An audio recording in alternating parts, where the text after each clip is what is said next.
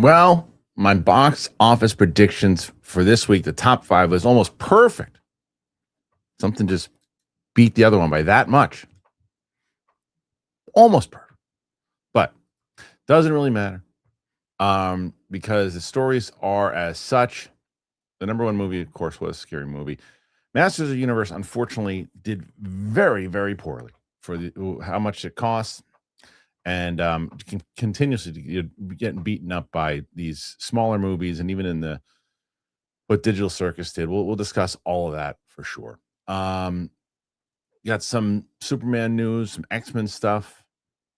That's the other thing I need to do. I'm going to send. Well, should I send? I'm going to try to upload it. I went to into a bar over the weekend for the Knicks game, and man, magical stuff going on in New York right now. So we'll discuss all of that and more with myself and the outlaw, John Roca. Let's get into it. Here we go.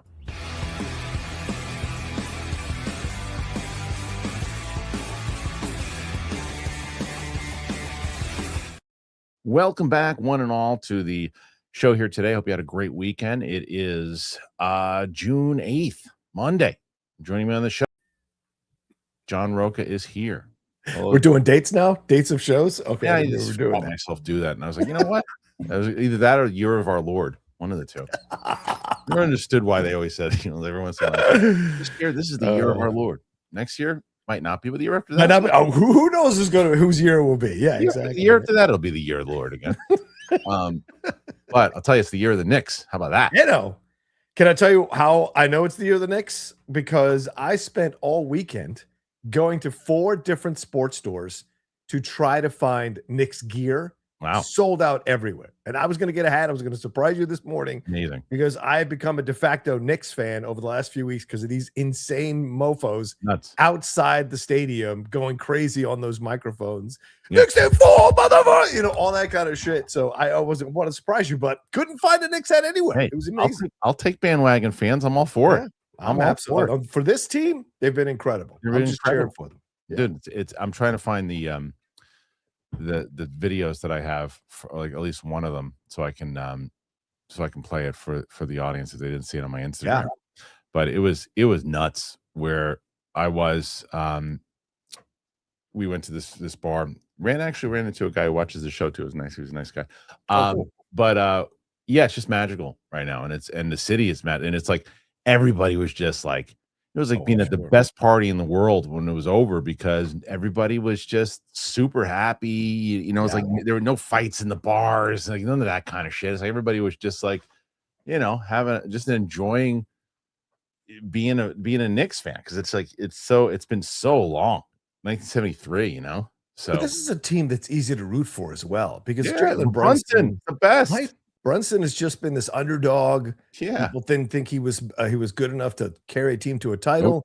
Carl Anthony Towns, the kind of crap he's gotten through his entire career. His post-game interviews have been amazing, like a really heartfelt stuff about his mom. Like they're just an easy team to root for. They play hard defense. Classy. They're classy. I love the way they handle themselves. I mean, and just every time you hear Brunson talk, like he's on a podcast or something too. Yeah. He's just like he is like the guy you just want to root for. I mean, he really is. 100%. Let me see.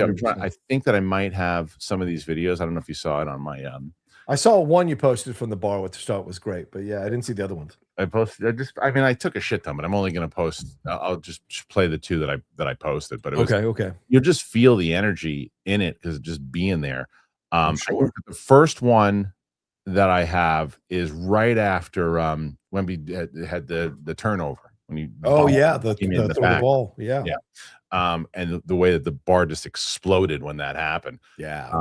So, and then the second one is right after they won. So this is the first one right after the turnover.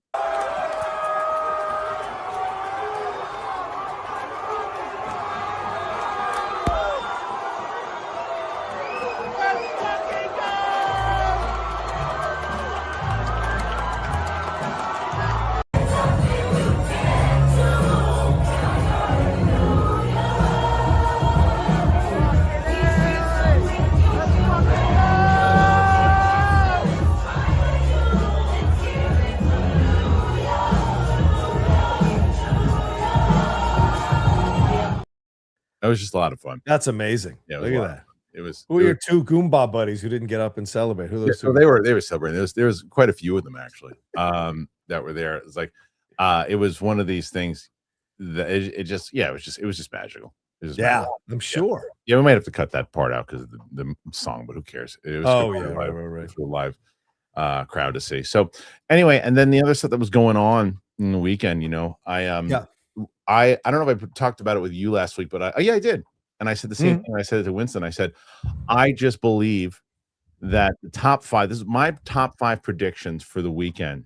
Yeah. For box office was Scary Movie. Yep. Then I had Backrooms because I didn't think it would have a huge drop off because it was like an 80 million. I thought at least at like maybe 40 or something, maybe 50% drop off. Yeah. Then I said Masters at 3rd. And then 4th, I had Obsession. And then 5th, I had Amazing Digital Circus, which everybody's like, no, it's not going to be Mando and Grogu at the 5 spot. And so it sure did. But Masters did a little better than I thought it was going to do, or I should say that maybe Backrooms did a little worse. Yeah, it recessed a little bit over the weekend. Yeah. But it doesn't matter because the difference between that, it's allowed to recess. It already made all its money back and then some. Yeah, 100%. Even if it bombs and it goes out of the theaters next week, still a massive, huge win. It already launched a new franchise in essence. Doesn't matter. Yeah. Doesn't matter. So let me go over the box office, just numbers first. Sure. Here are those numbers again. As I said, I was almost right. Scary Movie was number 1. Masters at 29.3. Backrooms at 25.9. So Masters just beats Backrooms, which is insane in general that a $200 million movie by Amazon just beats a $10 million movie in its second week. Obsession coming in at 4th again with 25.6. This movie is just that's amazing. That's amazing. This movie right now is like $224 million. It costs $750,000 to make. Yeah, it's I think 4th or 5th week, and it's still up there. It's amazing. Yeah, it's like Blair Witch stuff, man. Yeah. And then Amazing Digital Circus, it did hit the number I thought it would at almost $20 million, but it was worldwide, which I didn't know it was going to have a worldwide audience, but clearly it did. Yeah. The sad thing, and it truly is sad, is that the fact that Mandalorian and Grogu just makes $10 million in its 3rd week. If this movie cracks $300 million, it looks like it will, but I mean, we're talking a movie that we were hoping it needed to make at least, maybe it'll make 400. Maybe 4 or 5 would have been necessary, and that ain't gonna happen. It's gonna crawl across 3. Crawl. And there's a lot. This says so much about the box office in general. I mean, about the movies in general and the industry in general that we will absolutely get into. But I want to read Dark Horizons report on it before we get into our full kind of conversation on it, John. Sure. Because it's really the focus is on Masters of the Universe and talking about how it has a weak box office start, which wasn't surprising when you were looking at the tracking and stuff. Right. Initially, I thought it was going to when the trailers came out, and it was kind of a deceiving trailer. But when the trailers came out, I thought it was going to do massive, and then once the tracking came out, I was like, maybe not. Yeah. So here is the overall article by Dark Horizons, which says He-Man has a weak box office start. Scary Movie won the domestic box office this weekend, with numbers now indicating a franchise best debut of $55 million for the first 3 days. It's the best domestic start for a Paramount comedy ever, and the best box office launch of a straight-up comedy since 2014's 22 Jump Street. Internationally, it had a smashing debut with an additional $50 million, bringing its worldwide to 105. Bigger start than the $97 million of Scream 7 earlier this year. But that's just the start of an interesting session. Masters of the Universe got up to a fizzer of a kickoff with 29.3 domestically, further 25 overseas. 54 debut is pretty terrible for a film with a $170 million production budget, with exit polls indicating teenagers and kids just don't have any interest in the film. It was men over 45 who turned out to it. The 3rd through 5th were all dominated by YouTubers turned filmmakers, and this is the biggest part of the whole conversation. Backrooms and Obsession are duking it out for 3rd and 4th, with both at just $25 million for the weekend. Backrooms looks to be failing Sorry, falling 68% in its second weekend, while Obsession's only dropping 7% in its fourth. Amazing Digital Circus debuts with 12.7. Michael now hit 898 million worldwide, becoming get high. Did it open in Japan yet? I don't think it's open in Japan yet. So I'm going to take a look, though. Might still have a chance. This is a conversation we're going to have again and again and again. Yeah. But the Super Mario Galaxy movie is the first movie this year to hit $1 billion at the box office. The first studio film to do it so far. Yeah. So it's continuing to make money. That movie is absolutely one of the bigger successes of the year. So, I mean, there's so much to pick apart here, John. Where do you want to go first? You want to start with Masters? Where do you want to go? Yeah, I mean, a Masters, I think, that first trailer, we talked about this with Transformers 1 a long time ago, Kristian, but that first trailer kind of put people in a mixed frame of mind about the movie. That he-him joke and all of that kind of split the people reacting to it. And then the subsequent trailers I thought were good to get some people back on board. But clearly, I mean, this is a franchise that's very long in the tooth. You had a fantastic director in Travis Knight, but you didn't have a star that people knew about. Nicholas Galitzine, so maybe that didn't help. Also, Jared Leto. A lot of people have really strong feelings of negativity towards Jared Leto. That didn't help. But the film was reviewed, basically okay, 70%, I think, overall in terms of the critics. So, but it just wasn't that great of a film. I put my review up yesterday, and I'm not surprised that it underperformed at the box office. And this is a massive IP, $200 million. I don't know why they thought they needed to spend that much money on a movie like this. It was a gamble. And now I think this thing is going to start sinking like Mando and Grogu over the next couple of weeks. Like, I just don't think it's got staying power, It doesn't at all. And there's a lot of issues and problems with what they tried to do and what they ultimately did. Like, again, for people who weren't paying attention or know me long enough, my history with this movie.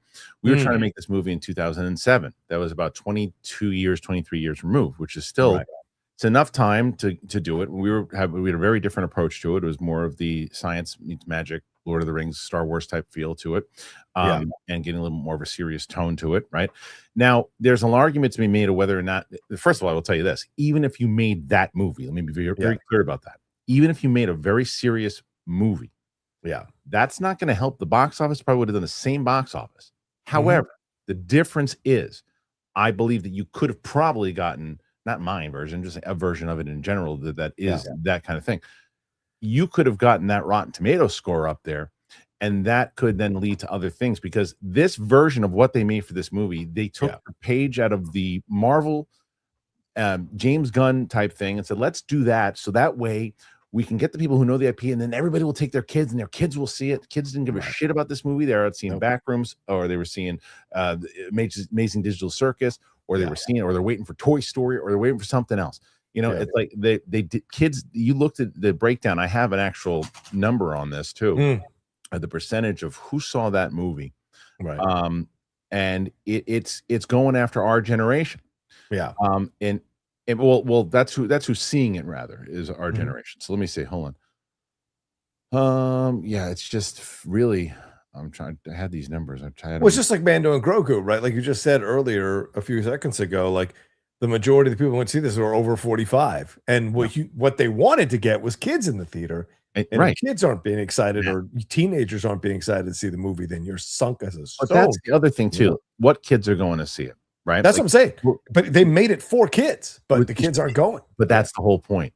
Did they really? Because the tone is one of my biggest issues. The tone's all over the place. Oh, sorry. I'm talking about Mando and Grogu. Oh, and sorry. I think but with Masters, you're right. The Masters, they were trying to make it for everybody. They didn't know who they were making it for. Yeah, there's fisto jokes and dick jokes and everything. Right. What the fuck? There's all these jokes that, like, I'm glad I didn't take my 8-year-old, because first of all, I hope she wouldn't ask me, like, what's the fisto joke? Right. And then the other side of it just goes over people's heads. And then the tone, the fights were great. The fights were great. I was hoping that kind of movie, but early exit polling has the audience at 68% male, not a shocker. 50 actually, and that's a lower number, because there are a ton of women who are interested, like Sam. Well, of my course. wife, people again in our generation were. I used to watch He-Man. You didn't know the lore; they wouldn't have cared. And that's another thing I'll touch on in a second too. 57% over 35, right, and 36% over 45, right. Kids under 12 were 4%. of the audience. And Wow. you can't make $175 million movie with those kind of demographics. You just can't do that. Yeah. And I just think that you would have made I think that you could have made a movie that was more so a really great movie. Look at something like Dredd. Dredd ate shit in the movie. It ate shit. But people who watch Dredd now, that's a great movie. I would much rather, if this is a Kevin Smets game, would you rather have done this movie, this version of this movie, make an additional break even, or have a movie do the same amount of money but be a great movie like Dredd? I'm taking that. Yeah. Because I would much rather them go, hey, look, people love this movie. We just couldn't get the traction because people don't care about the IP as much anymore, which is true. Right. And the other thing I will say is there are a lot, I was talking to PLD about it, and there's tons of people that I heard this. I think you're one of these people too. You weren't invested so much in the lore of it. So when you went in and you saw it, the movie, like you got a kick out of it because you in your mind, you felt this shouldn't have been as fun as it was. Yeah. Right? Yeah. Because I had the stuff that worked for me really worked, but the stuff that didn't work really didn't. Yeah. What I said in my review is it's the 60% of a good movie and 40% not a good movie, and that 40% almost capsizes the 60%. Because as you mentioned, the Fisto joke, and don't forget the Ram Man joke, that was a little weird as well. None of those characters are developed. They were there for bit. Yeah. And then you've got Skeletor, and I get it. You got Skeletor kind of playing up a little bit that he might be sexually attracted to He-Man. That's been going on for years. So I get why you want to play to that, but it still was in his there. Uncle. But that's it's his uncle. Yeah, it's his uncle, right? Exactly, which is really weird. And then you've got the other thing where, to me, I think they went half-ass with their intention, because they made a movie that is definitely a commentary about masculinity through Adam, about toxic masculinity versus empathetic masculinity, in essence. But they presented that, and then they kind of mealy-mouthed it the rest of the film to kind of try to play both sides of it. And I think that lost it as well. I really don't think this was the movie to do this in the culture that we're in now. A $200 million film that's a commentary on masculinity. This is not the look. I appreciate the effort. Like, I think the intentions are smart. Do it for $40 million. Totally. But exactly. Yeah. This was a mistake, and I think that got around as well. That it was a commentary on toxic masculinity. It was, but between that and just like there was so much to it, but nonetheless, and the chemistry within the way they didn't do enough time on Eternia before we went to Earth. No Earth. Wasted a lot of time. Earth was ruined. The stupid HR scenes, all that stuff is stupid. But it doesn't matter. What was the thing with his roommate? Roommate stuff was the worst. You didn't develop. Who raised Adam, by the way? Yeah, exactly. Who raised Adam? We don't even go into that. There was a whole thing you could have found who raised them. Yeah, anyway, it doesn't matter. Point is, unfortunately, it dropped the ball, and it kind of reminds me, to be honest, of like when I got that. Riley brought this up to me. When we got the script when we were at Silver the first time. For people who don't know what turnaround is, turnaround is essentially when a studio gets a hold of the script. And I think it was Fox who was in turnaround, meant that they had the rights on it. John Woo was doing a version of it. We got it's like, oh, this is in turnaround. If you're interested in it, Warner Brothers can get it if you have it. So that's essentially how we were able to get it. When we were reading that, there were some jokes that played like this about He-Man getting cheeseburgers and other thing. And I'm like, what is this? And then the problem is that people who don't know it and just remember the 80s cartoon going, oh, it's goofy. It's all right. You can still have goofy and you can still have Skeletor cracking jokes.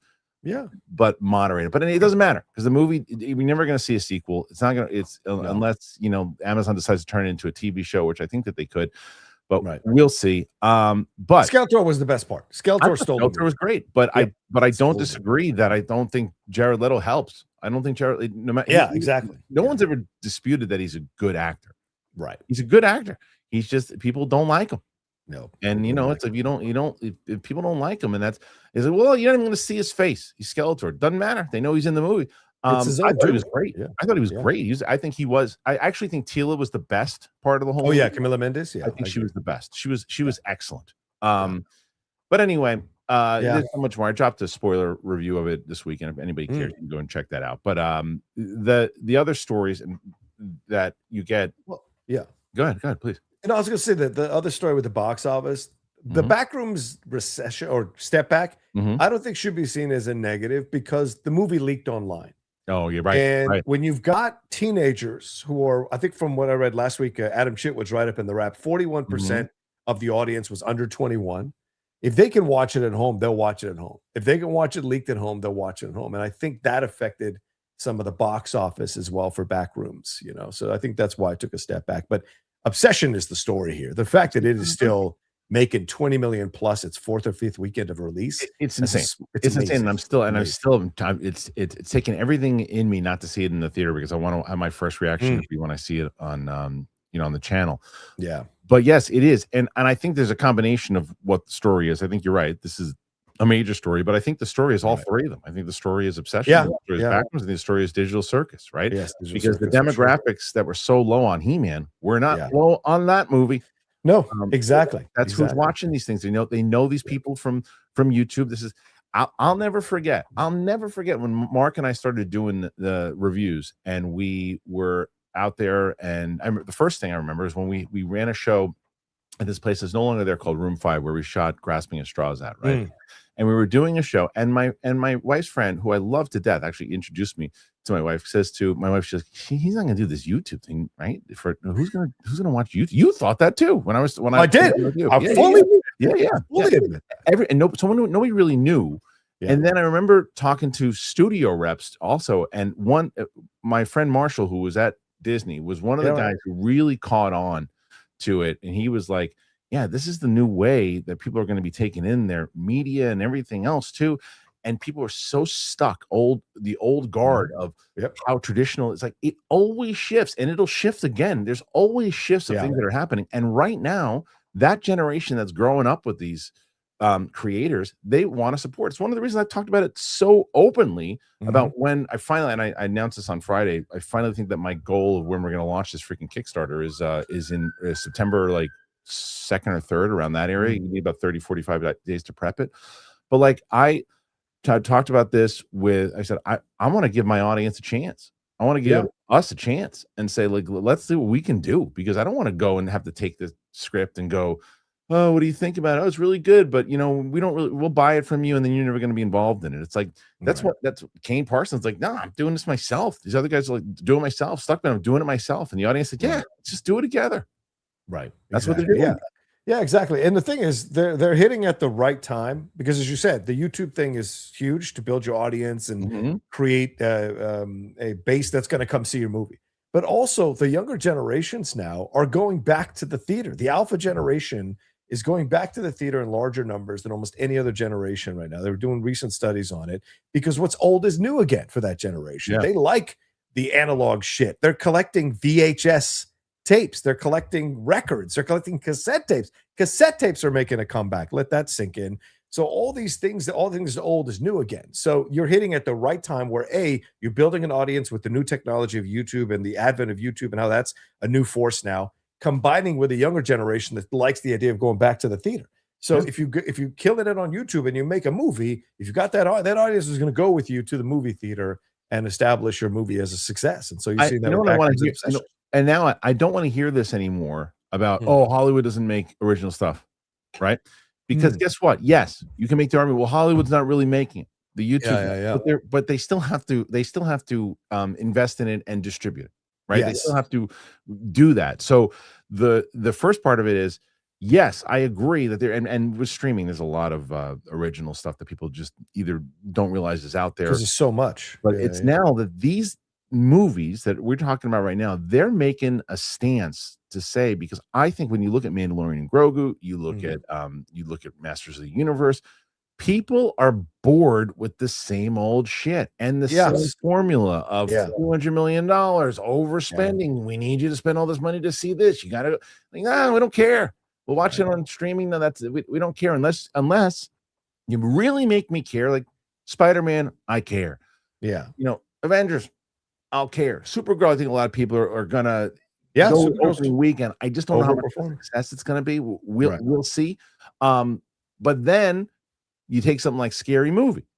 So it's a bigger budget movie, but it's not $200 million. It's not $170 million. It's a comedy. And look, I've said it too. You said the same thing that I did, and I couldn't agree with you more. Didn't matter if this movie got a 0% on Rotten Tomatoes, still was going to make the money that it made, if not more. 100%. This is a listen. As an outlaw, I know outlaw stuff. I know rebellious stuff. scary movies always been rebellious viewing, and people have a very strong rebellious streak and love to watch stuff that's going to make fun of the stuff they enjoy going to see. And scary movies always done that. And so having the Wayans back, bringing back Anna Faris and Regina Hall, like all of that was 100% very smart, made 50-something million dollars. And for all the negative reviews of the critics, they could give two craps. They're going to already make another one. Yeah, and Melissa Barrera said she would love to be in it, so they might bring her back. Great. That would do a Scream 7 joke. So of course that movie's going to do well. And look, and I said the same thing too. You're either going to find the movie really funny and the jokes are going to hit with you, or they're not. The one thing that I will say is, and I said this in both my review and out of the theater, because you see imbeciles. And I saw a couple of comments. One guy said the same. It was like one after another, which was hilarious. And I almost wanted to screenshot it because it was like one guy goes, "You just didn't like this because they took shots at the far right," and then right underneath it, it was, "You just don't like it because all of the woke jokes and you got triggered." And it's like, no, I didn't find it funny. However, if you find it funny, you got stoned out of your face and you like it, then this is the pure definition of subjective. And the reason why I knew there was no world where I walked out going, "Oh man, it wasn't that funny. It's not going to do well." I knew it was going to do well. Of course. That was going to be number one. They skewered everybody, left to right, all in the spectrum. I mean, they went after trans people. They went after Epstein files. They went after the woke stuff. They went after the hardcore right stuff. They went after everybody. So I thought it was an equal opportunity destroyer. And it was, and some of the stuff was funny. Some of the stuff was, I didn't even think it was as risky though, as they made it seem like they were going. Well, he said that Marlon Wayans said that they treated it a little bit like kid gloves this time around. But I think now, seeing that it's a success, I think they might go a little harder. But I mean, they've never been assholes. They've always been funny. They'll do another one, and it's fine. And then it'll do, and it's just like Scream. Scream will make another movie too. Yes, even though the last one everybody hated it, it'll made the most money any of the Screams also made, and the next one will make just as much, if not more. And the thing is, some of these are just bulletproof at this point, and this movie with them back might put some more life into this franchise. So I just hope it signals to Hollywood that people do want to come see comedies, that they might want to start focusing on making comedies again, irreverent comedies, funny comedies, raunchy comedies, just understand how to do them, and then people might come and see it. Magic trick. That's the magic trick, is how you do them, right? Because I guess for every person who goes, "Well, look, Scary Movie works," you're like, "Yeah, well, Naked Gun did okay."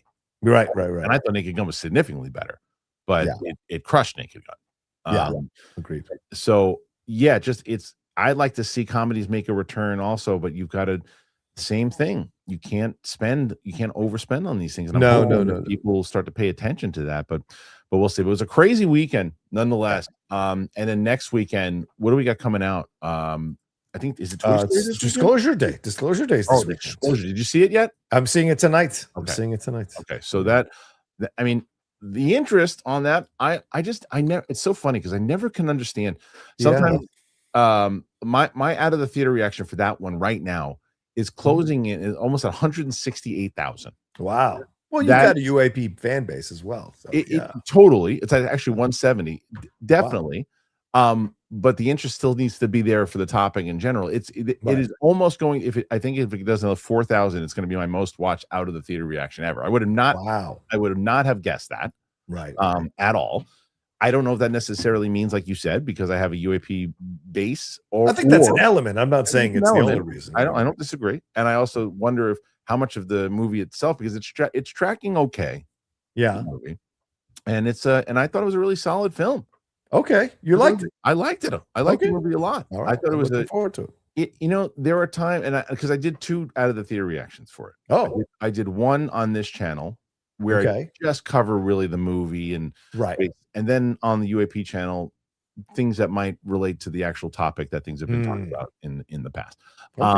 So I thought that there were times. I mean, John Williams' score is so good in it too. It's like you just feel like you're watching a Spielberg movie because you just hear they're walking around at one point and it's like that kind of music. And Emily Blunt could win or could get nominated for an Oscar for this movie. That's what I'm hearing from a lot of reviews. So that people are saying that might be a shoe-in for a nomination. She's great. She's absolutely great in it. So anyway, that's the stuff that we'll see as far as this week coming out. Like, I guess maybe let's do that, John. Let's take a prediction before we go to the break here. As far as overall Disclosure Day, let me double check and see what else comes out.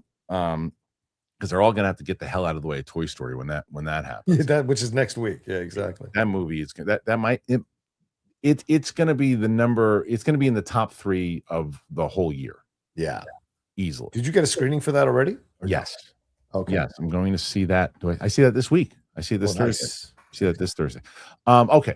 So this week is Disclosure Day, The Furious, which I'm also going to see tomorrow.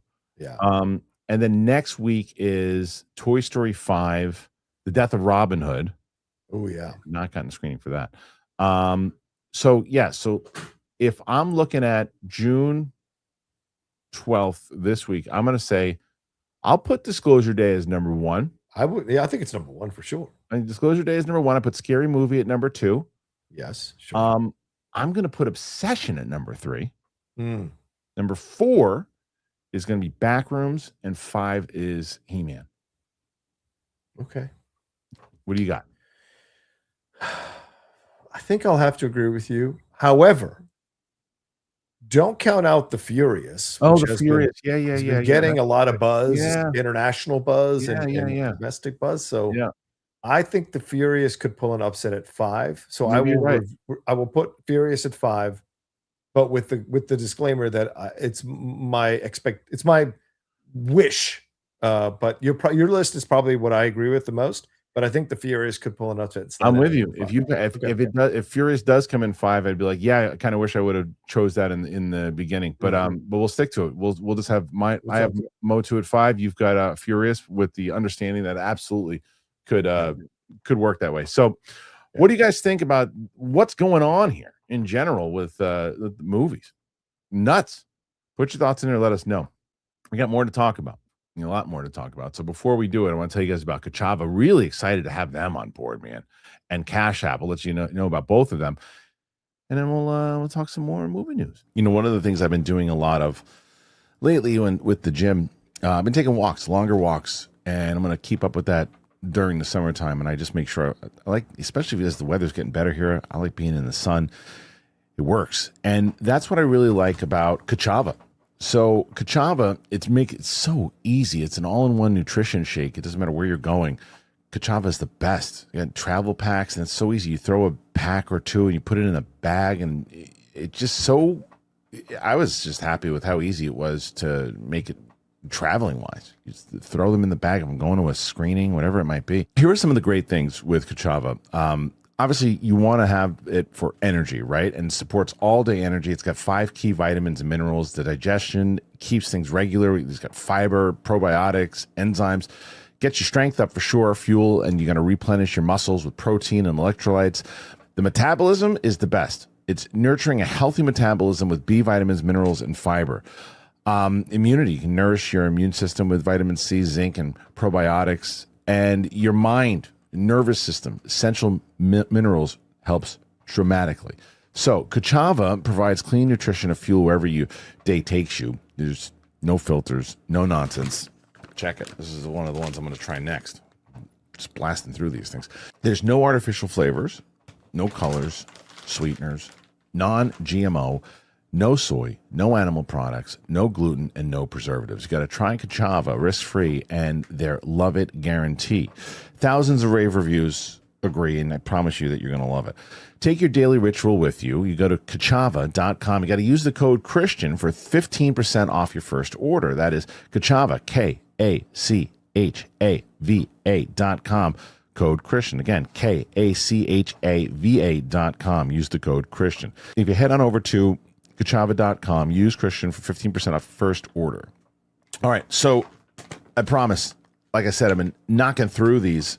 Yeah, they're big bags, but for me, they go quick because I love them. I use them, and you will too. So check it out. Really happy that Kachava is on the show. I don't know how far back it was, but Cash App came to the show, and I was like, oh, yeah, I'm going to give it a shot. It's a must.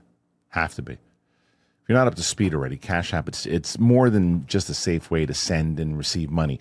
With the Cash App card, you unlock tons of perks without all the hidden fees. Now, enjoy benefits like exclusive early access to nationwide concert pre-sales. You got Kendrick Lamar, Sabrina Carpenter, to name just a couple of recent examples, plus discounts on everyday purchases and popular brands you're probably already spending money on. You add your card to your digital wallet, and you make your money moves easier. Cash App does more than you think when it comes to having your back and making sure your money stays your money. Cash App just released a new status program for the way people actually spend called Cash App Green. So when you spend at least $500 a month with the Cash App card, you earn green status. That unlocks benefits like up to $200 of free overdraft coverage. If you overdraft unexpectedly, there are no hidden fees. You also unlock higher borrow limits and custom personalized cashback offers every Friday at places that you love to shop. Cash App can do way more than you think to make your money work for you. If you direct deposit at least $300 in paychecks each month and use the Cash App card for purchases, you can earn interest on your savings. There's no hidden fees, no minimum balance requirement. Don't let your money sit around and just gather dust. Make it work for you. Take advantage of interest savings on Cash App today. So new Cash App customers can earn $10 if they use that code Cash App 10 in their profile at sign up and send $5 to a friend within 14 days. Terms apply. Cash App is a financial services platform, not a bank. Banking services provided by Cash App's bank partners. Prepaid debit cards issued by Sutton Bank, member FDIC. Cash App Visa Debit Flex cards issued by Sutton Bank, member FDIC, and the Bancorp Bank N.A. pursuant to a license from Visa USA Inc. See terms and conditions for the Sutton prepaid card, Sutton Debit Flex card, and Bancorp Debit Flex card. Cash App Green features savings, direct deposit, roundups, overdraft coverage, and discounts provided by Cash App, a Block Inc. brand. Visit cash.app/legal/podcast for full disclosures. So Cash App, get it done. Don't let your money just sit around. Do something with it. Cash App, they're the best. Really pumped to have Kachava and Cash App on the show. Again, you want to help the show out and keep us going, click the link in the description. Helps us out tremendously. So, you know, one of the things, I don't know if you know what was going on. You didn't text me about it. I'm actually happy that you didn't because everybody else and their mother did. So, you know, the Schmoedown vault, we were putting It's open. Yeah, so we launched that vault, and you know, running season 1 of the tournament, and I was getting out of a screening. I don't know what screening it was. Might have been Scary Movie. I can't remember what it was, but wherever it was, where's that picture? The picture was up there. Let me see if it's still there. Okay, so I was coming out of the screening, and I get a text from Kevin Smets, and he goes, "The vault channel is gone." I go, "What?" Yeah, he goes, "It's gone." I go, "What do you mean it's gone?" He goes, like, it's I'm getting this that it's not working. So I go to look at it, it's back, it's up. I go, "It's fine, it's working fine." So then I had gotten some people texting, I go, "Yeah, it's back, it's back." So then I wake up the next morning, gone again. Wow. And I'm like, what the hell's going on? So and I had to go and I had to finally I had to look and submit an appeal because I had matches scheduled already to come out. Yeah. And so I schedule the appeal, and then I go and I see another movie or whatever it was. I can't remember what it was. Whatever it was, and Smets texts me and he goes, "It's back again." And I go, so I guess the appeal worked, and it's back. YouTube's so odd right now. Yeah, I don't know how long it's gonna be up, but it's up. Right. And you know, I basically wrote them. I said, I own all of it. It's mine. Yeah. And then because they didn't just take down the channel, they discontinued the email that I set it up with. Wow. And I was like, so I applied, and it was, to be fair to them, it was pretty quick before they reinstated it. But then they reinstated, and I was supposed to have scheduled like 2 matches that were supposed to come out, like, and they scheduled and they just dropped them because they were just so both the Ellis versus Christian Rubalcaba match went up, and the Naveed versus Gray match went up. I'm like, oh shit! And I was supposed to do one, so that's why there hasn't been one up since like Friday or Saturday, whatever. It's supposed to come out every day because I had to edit the other one. So this is the one that dropped this morning. You want to guess what dropped this morning? Do you know? Oh, go ahead. No, I don't know the first season, so please tell me. Oh, It's a classic. It really is an absolute classic. Finstock versus Tiffany Smith. Wow. That is up on the channel right now. I think I remember this one. Dude, it's like, it really is like the debut of the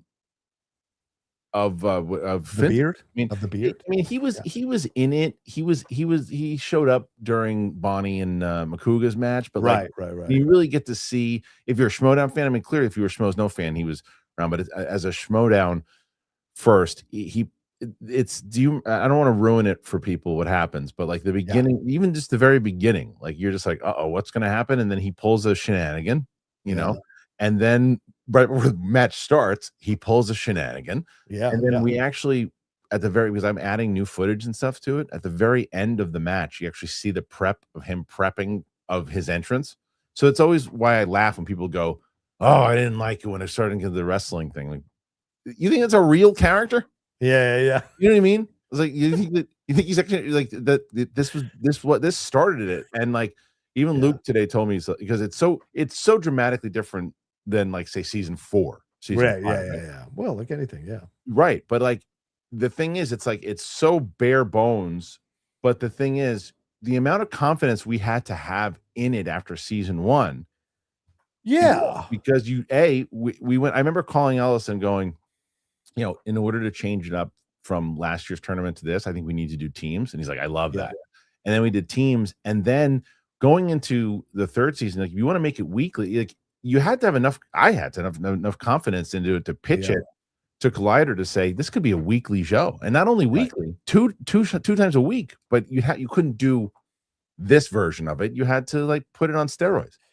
Yeah, I mean, the thing is, the gift that you had when you started was the ability to attract or pick out talent that you knew could be a part of this thing and elevate it, right? In the first season. And instinctually, you've always had that, and I say that because you also plucked me out of nowhere to do this kind of stuff. But like you see the personalities you got in that first season and the people whose names were building, the fact that they took a chance to be a part of this show, not knowing where it was going to go, what it was going to be, that really solidified the show in the first season, right?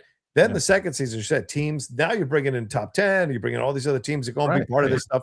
So it's all personalities and people in the space who were establishing themselves, who were hungry for a platform to talk about movies, to challenge their movie trivia. Like it just was a great confluence of events of these people right at the beginning of their careers or right as they hit their prime. Like with bringing their audience, but also adding on to the audience we already had. So it just was an amazing stuff amazing thing when you look at it. It is. You know what I really like about it? It became a success that it did for that many seasons. Sorry. Dude, there's so many people that now are finding it that didn't know about it. It just heard who've heard us talking about it that get to, and they have no idea what's coming. Like this is what I love. They're introduced to season 1 and season 2, and they think that, this is what the Schmoedown is, and it's like it really is. That's why I put the trailer on there first to show you what it evolves into, right? Because like this is like I mean, even so, and I keep using. I really got to get that reaction channel down. But the reaction channel that did the trial of JTE, they're like, you could say, because imagine, what JTE was accused of in season 1 was looking over at Mark's paper in the middle of a thing, which everyone made a laugh about, and we turned it into an Alice in Wonderland type bit the next week. If that happens in season 5, fights are happening.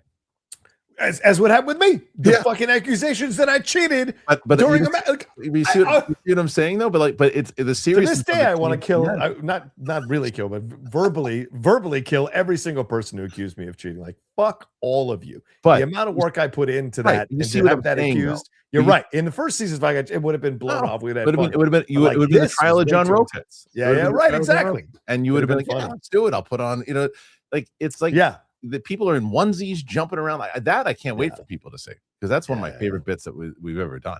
But anyway, so go to the Schmoedown Vault. We're over 1,500 subscribers on the channel already. Nice. And which is great. Katie and Ken's match is over. Is at about 1,500 views already on that match. Yeah. What's wrong? Nothing. I had a shiver. Go ahead. Yeah. We're averaging close to with 1,500 subscribers, and you're averaging close to 300 to 600 views and that's episode. Great. It's great. It's great. I mean, it's just a place for it to live. So have some fun with us and go join over there. The other thing, competition wise, last week, just to give winners, Kevin Smets won the week. I don't think you should qualify. I'm telling you right now, I don't think you should qualify. Kevin should not qualify. I should be the only one winning every week. This is ridiculous that Kevin gets to win. Kevin won. Last week. Number 2, I believe, was you, right? Yes. Number 2. 3. Who was 3 last week? Was it Winston? Let me double check. Might have been Roxy and Mike. No, it was Winston. I think Winston was number 3. Oh yeah, Winston. Winston was number 3. 4 was Roxy, Mike, and Chris didn't compete last week because I had to jump off the show. So so this week already, John is crushing. Wow. 47 and big donations are coming in already for John. I saw Derek Johnson in there. Derek Johnson. Welcome back, DJ. That's the other thing I was doing. Derek Johnson, brother guys like that have actually inspired me to do some stuff for because we're doing the Kickstarter, right? So I'm like, what can I offer people that they can really get guys like Derek Johnson and Matty B who've just been they've been supporting this channel like all of the damn time and shit, man. I mean, look at Ron H, all these people. I'm like, what can I offer them? Because they're gonna go in, they're gonna do something. And I'm like, well, what can I offer these people to really make it special? And I was going back and forth today and coming up with these actual tiers because we went through a couple bumps, but the bumps are gone now. So I'm excited about it. All right, that's great. Let's get to this topic because this is important. You hear about this Margot Robbie story? No. What's going on with Margot Robbie? Let me tell you. So there's a rumor that Margot Robbie is in talks for Marvel role, Avengers Doomsday adjunct actor as well. I don't know about that. I don't know if I'm going to spoiler, but who knows? I take this a grain of salt. Everybody's in these Marvel movies. I know. Yeah. Our latest rumor roundup brings us some big casting for Doomsday and beyond, including an exciting claim about the Suicide Squad and Barbie star Margot Robbie. It's an exciting time to be an MCU fan, and while the next 18 months or so will be dominated by Doomsday and Avengers Secret Wars, what lies beyond those is perhaps even more exciting. A soft reboot of the franchise is expected, created a world inhabited by the Avengers, X-Men, Fantastic Four, Spider-Man. The X-Men franchise in particular will bring a lot of new faces into the MCU, but will the Suicide Squad star Margot Robbie be among them? According to the insider, My Time to Shine Hello. Oh yeah, what it abbreviated that? It used to be Hello, right? Maybe I'm thinking about that too much. The Barbie actress is in talks for a big Marvel role. We don't have any additional context, but she'd be a great fit for any number of characters. Remember, Robbie was previously rumored to be on Kevin Feige's radar for the Fantastic Four, Sue Storm, Invisible Woman. The insider, who has always shared some minor Avengers Doomsday updates, apparently Steve Rogers and Thor will have their own arc, which involves them traveling to the TVA together. Florence Pugh's Yelena Belova, meanwhile, has the biggest role for a female character. I don't want to see any of that. And then that's the coolest name any kid has ever had. Pacino Khan. Pacino Khan? Yeah. Dude, I hope this kid is the biggest actor of all time. What a great name that kid has. Pacino Khan. Who doesn't want to be friends with Pacino Khan? Pacino Khan. Kid's going to be the most popular kid in the school. Did you see the latest Pacino Khan movie? Yeah. Holy crap. Yeah. I'm like, parents are the coolest. Anyway, so that's the Margot Robbie is the story here. But yeah.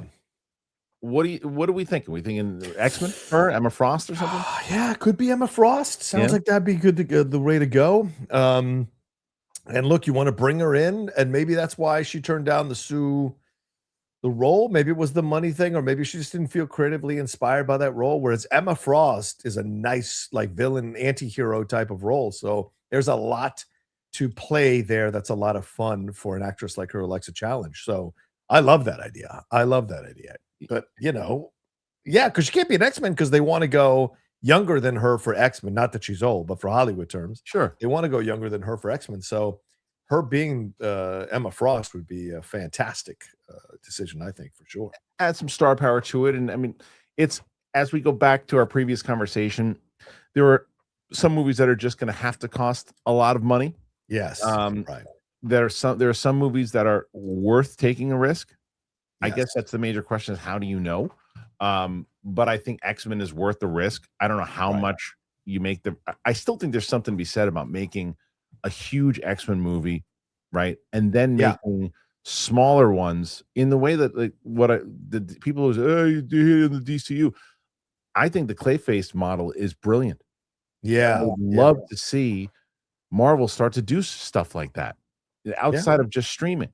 Like, let me see a $40 million movie from Marvel. Let me see what that looks like. It's not like they can't attract the talent to do it, like the directors and writers and everything. What's that look like? What's a smaller kind of X-Men movie look like with this, whatever the character might be. Now, look, if you put Margot Robbie in the movie right away, your budget's probably what? She's got to cost $10 to $15 million to do a movie in general at this point, right? Which is it was almost 20, I think, for Fantastic Four. So from what if I'm remembering Jeff's reporting correctly, it was almost like 20 million because she was coming off of Barbie and she could command that because it made $1 billion. Yeah. So we'll see on this, but that's why Clayface I think is interesting to monitor because that's a low budget film about a DC character. How is it going to do money wise? And does that inspire Marvel to do what you're talking about, like a $40 million Marvel film, and see what they can do with it with a smaller character and have some fun with it? Yeah, I'd be curious. I think she's, and not only is she one of the most beautiful people on the planet, she's a really, really great actress. And she's good. She's really good, and she can do it all. She can do the big budget stuff. She can do the smaller stuff. She's really good, and she's approachable too. You know, you ever hear anybody talking shit about Margot Robbie? No, that's the thing. She's very clear about her aspirations and her ambitions, but she's never about like cutthroat ambition. There's never been the thing. And she produces her own stuff, so she understands what it takes to make a movie and all the things that are involved. Yeah. So we can stay. We were mentioning DC. I loved it. What do you got? So we can go back to some DC stuff. Before we even do that, I will say I made an announcement. I'm trying to see when the tickets are going to go on sale, but got a text from Jen Sturger yesterday. Jen, and Mark Ellis are going to be doing a stand-up show October 7th in a club called Governors in Long Island. Nice. So it's in Levittown. So I will post those. It's October 7th, so we'll be posting this to let people know if they want to come and check that out. So Long Island. Yeah. I was looking at houses in Long Island, seeing how much they cost and renting. I was like, oh, that's interesting. Because I was watching the Tonys last night, and I was like, I miss going to the theater, man. And I wonder if we could move to New York. I'd be closer to my mom, who's getting older, and maybe I could come in and do some live shows with you. But I'd also go to Broadway and see fucking Death of a Salesman. See these. Let's talk. I know shows and films. The answer is significantly more than significantly less than L.A.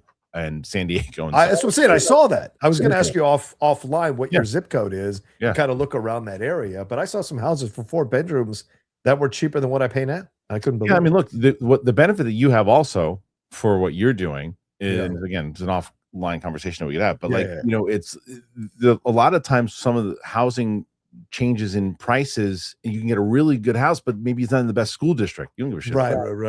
You don't care about that. I don't have to care about that because we don't care about that. So if you can go for a place like there's a place that actually that my wife and I very close to us, and this place was huge. It was great. And I was like, oh, and then I was like, why is that so cheap? And it's not wasn't in the school district. And I was like, oh, because you got to get in the right school district. It's just how it works. But anyway, let's talk about it. That would be great. Have you out here? That'd be amazing. It'd be a lot of fun. Show you all the good restaurants, man. Get some pizzas. Yeah, 100%. All right, cool. So let's get to this topic, the DC topic, and that is Gunn's Superman spinoff series. Got a title. Yeah. Show me your title. That's right. Let's write this. I forgot about this series.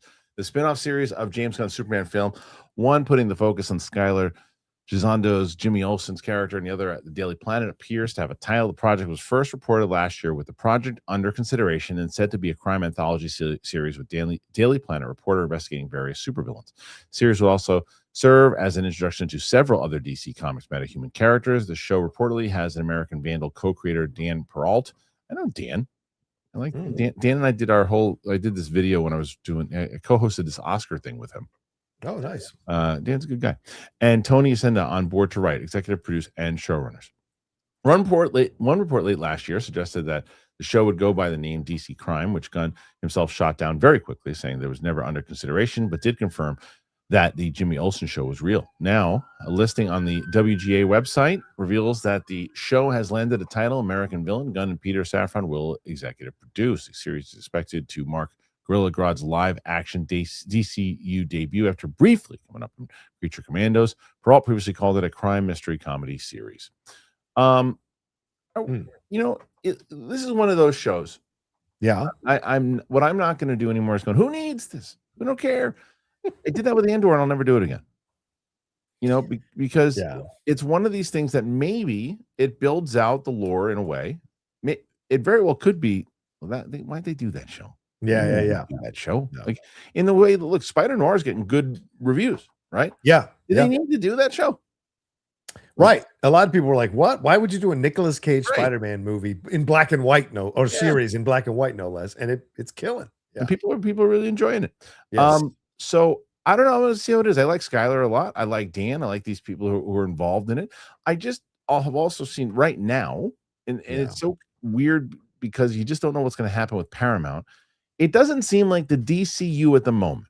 Yeah. It seems like the Superman universe. I'm You know just, what I mean? yeah. Oh no, they said that they came out over the weekend. Both Rudin, well, no, sorry, Safran and Gunn in an interview and sat down and said that they are fleshing out the super family. They're excited to flesh out the super family. So that's your plan. this is absolutely the direction they're going in. Yeah. So that's if that's their plan, that's their plan. I mean, if they're going to say, hey, look, that's what we're doing. We're going out the super family. We're establishing them first, and then we're going to push out. We're going to be here for a bit. Then that's confidence in that they're going to be there for a little bit. I mean, I know they re-upped their, at least for now. For now. So, but we'll see. But what do you think about? You think the show could be anything? I mean, I'm confused about the title. Right? What's it called? American Crime or something like that? American Villain. Like that's it's American Villain. Like I don't like. Can they not come from outer space? How are you going to get people to realize it's a superhero show? Yeah. It's just a weird thing. Plus, his last one was American Vandal. So, are you trading in on the possibility that people are going to confuse the two? So, it's just an interesting thing. But I think the series could be fun.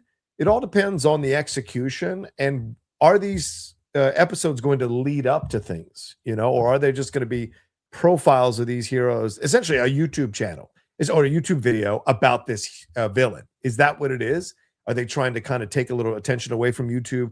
Because there's a lot of great creators on YouTube who make awesome videos giving you the history and the story of these villains in DC Universe or heroes in the DC Universe. So is that what this is? Or are these adventures that are canon adventures that are leading up to the movies? Because James Gunn lied through his teeth saying that you don't have to watch one thing to understand the other, and totally made Peacemaker lead into Man of Tomorrow. So I don't trust that they're going to make these individual things. So that's my question about this, So yeah, I'm going to judge it when it comes out, the first episode, right?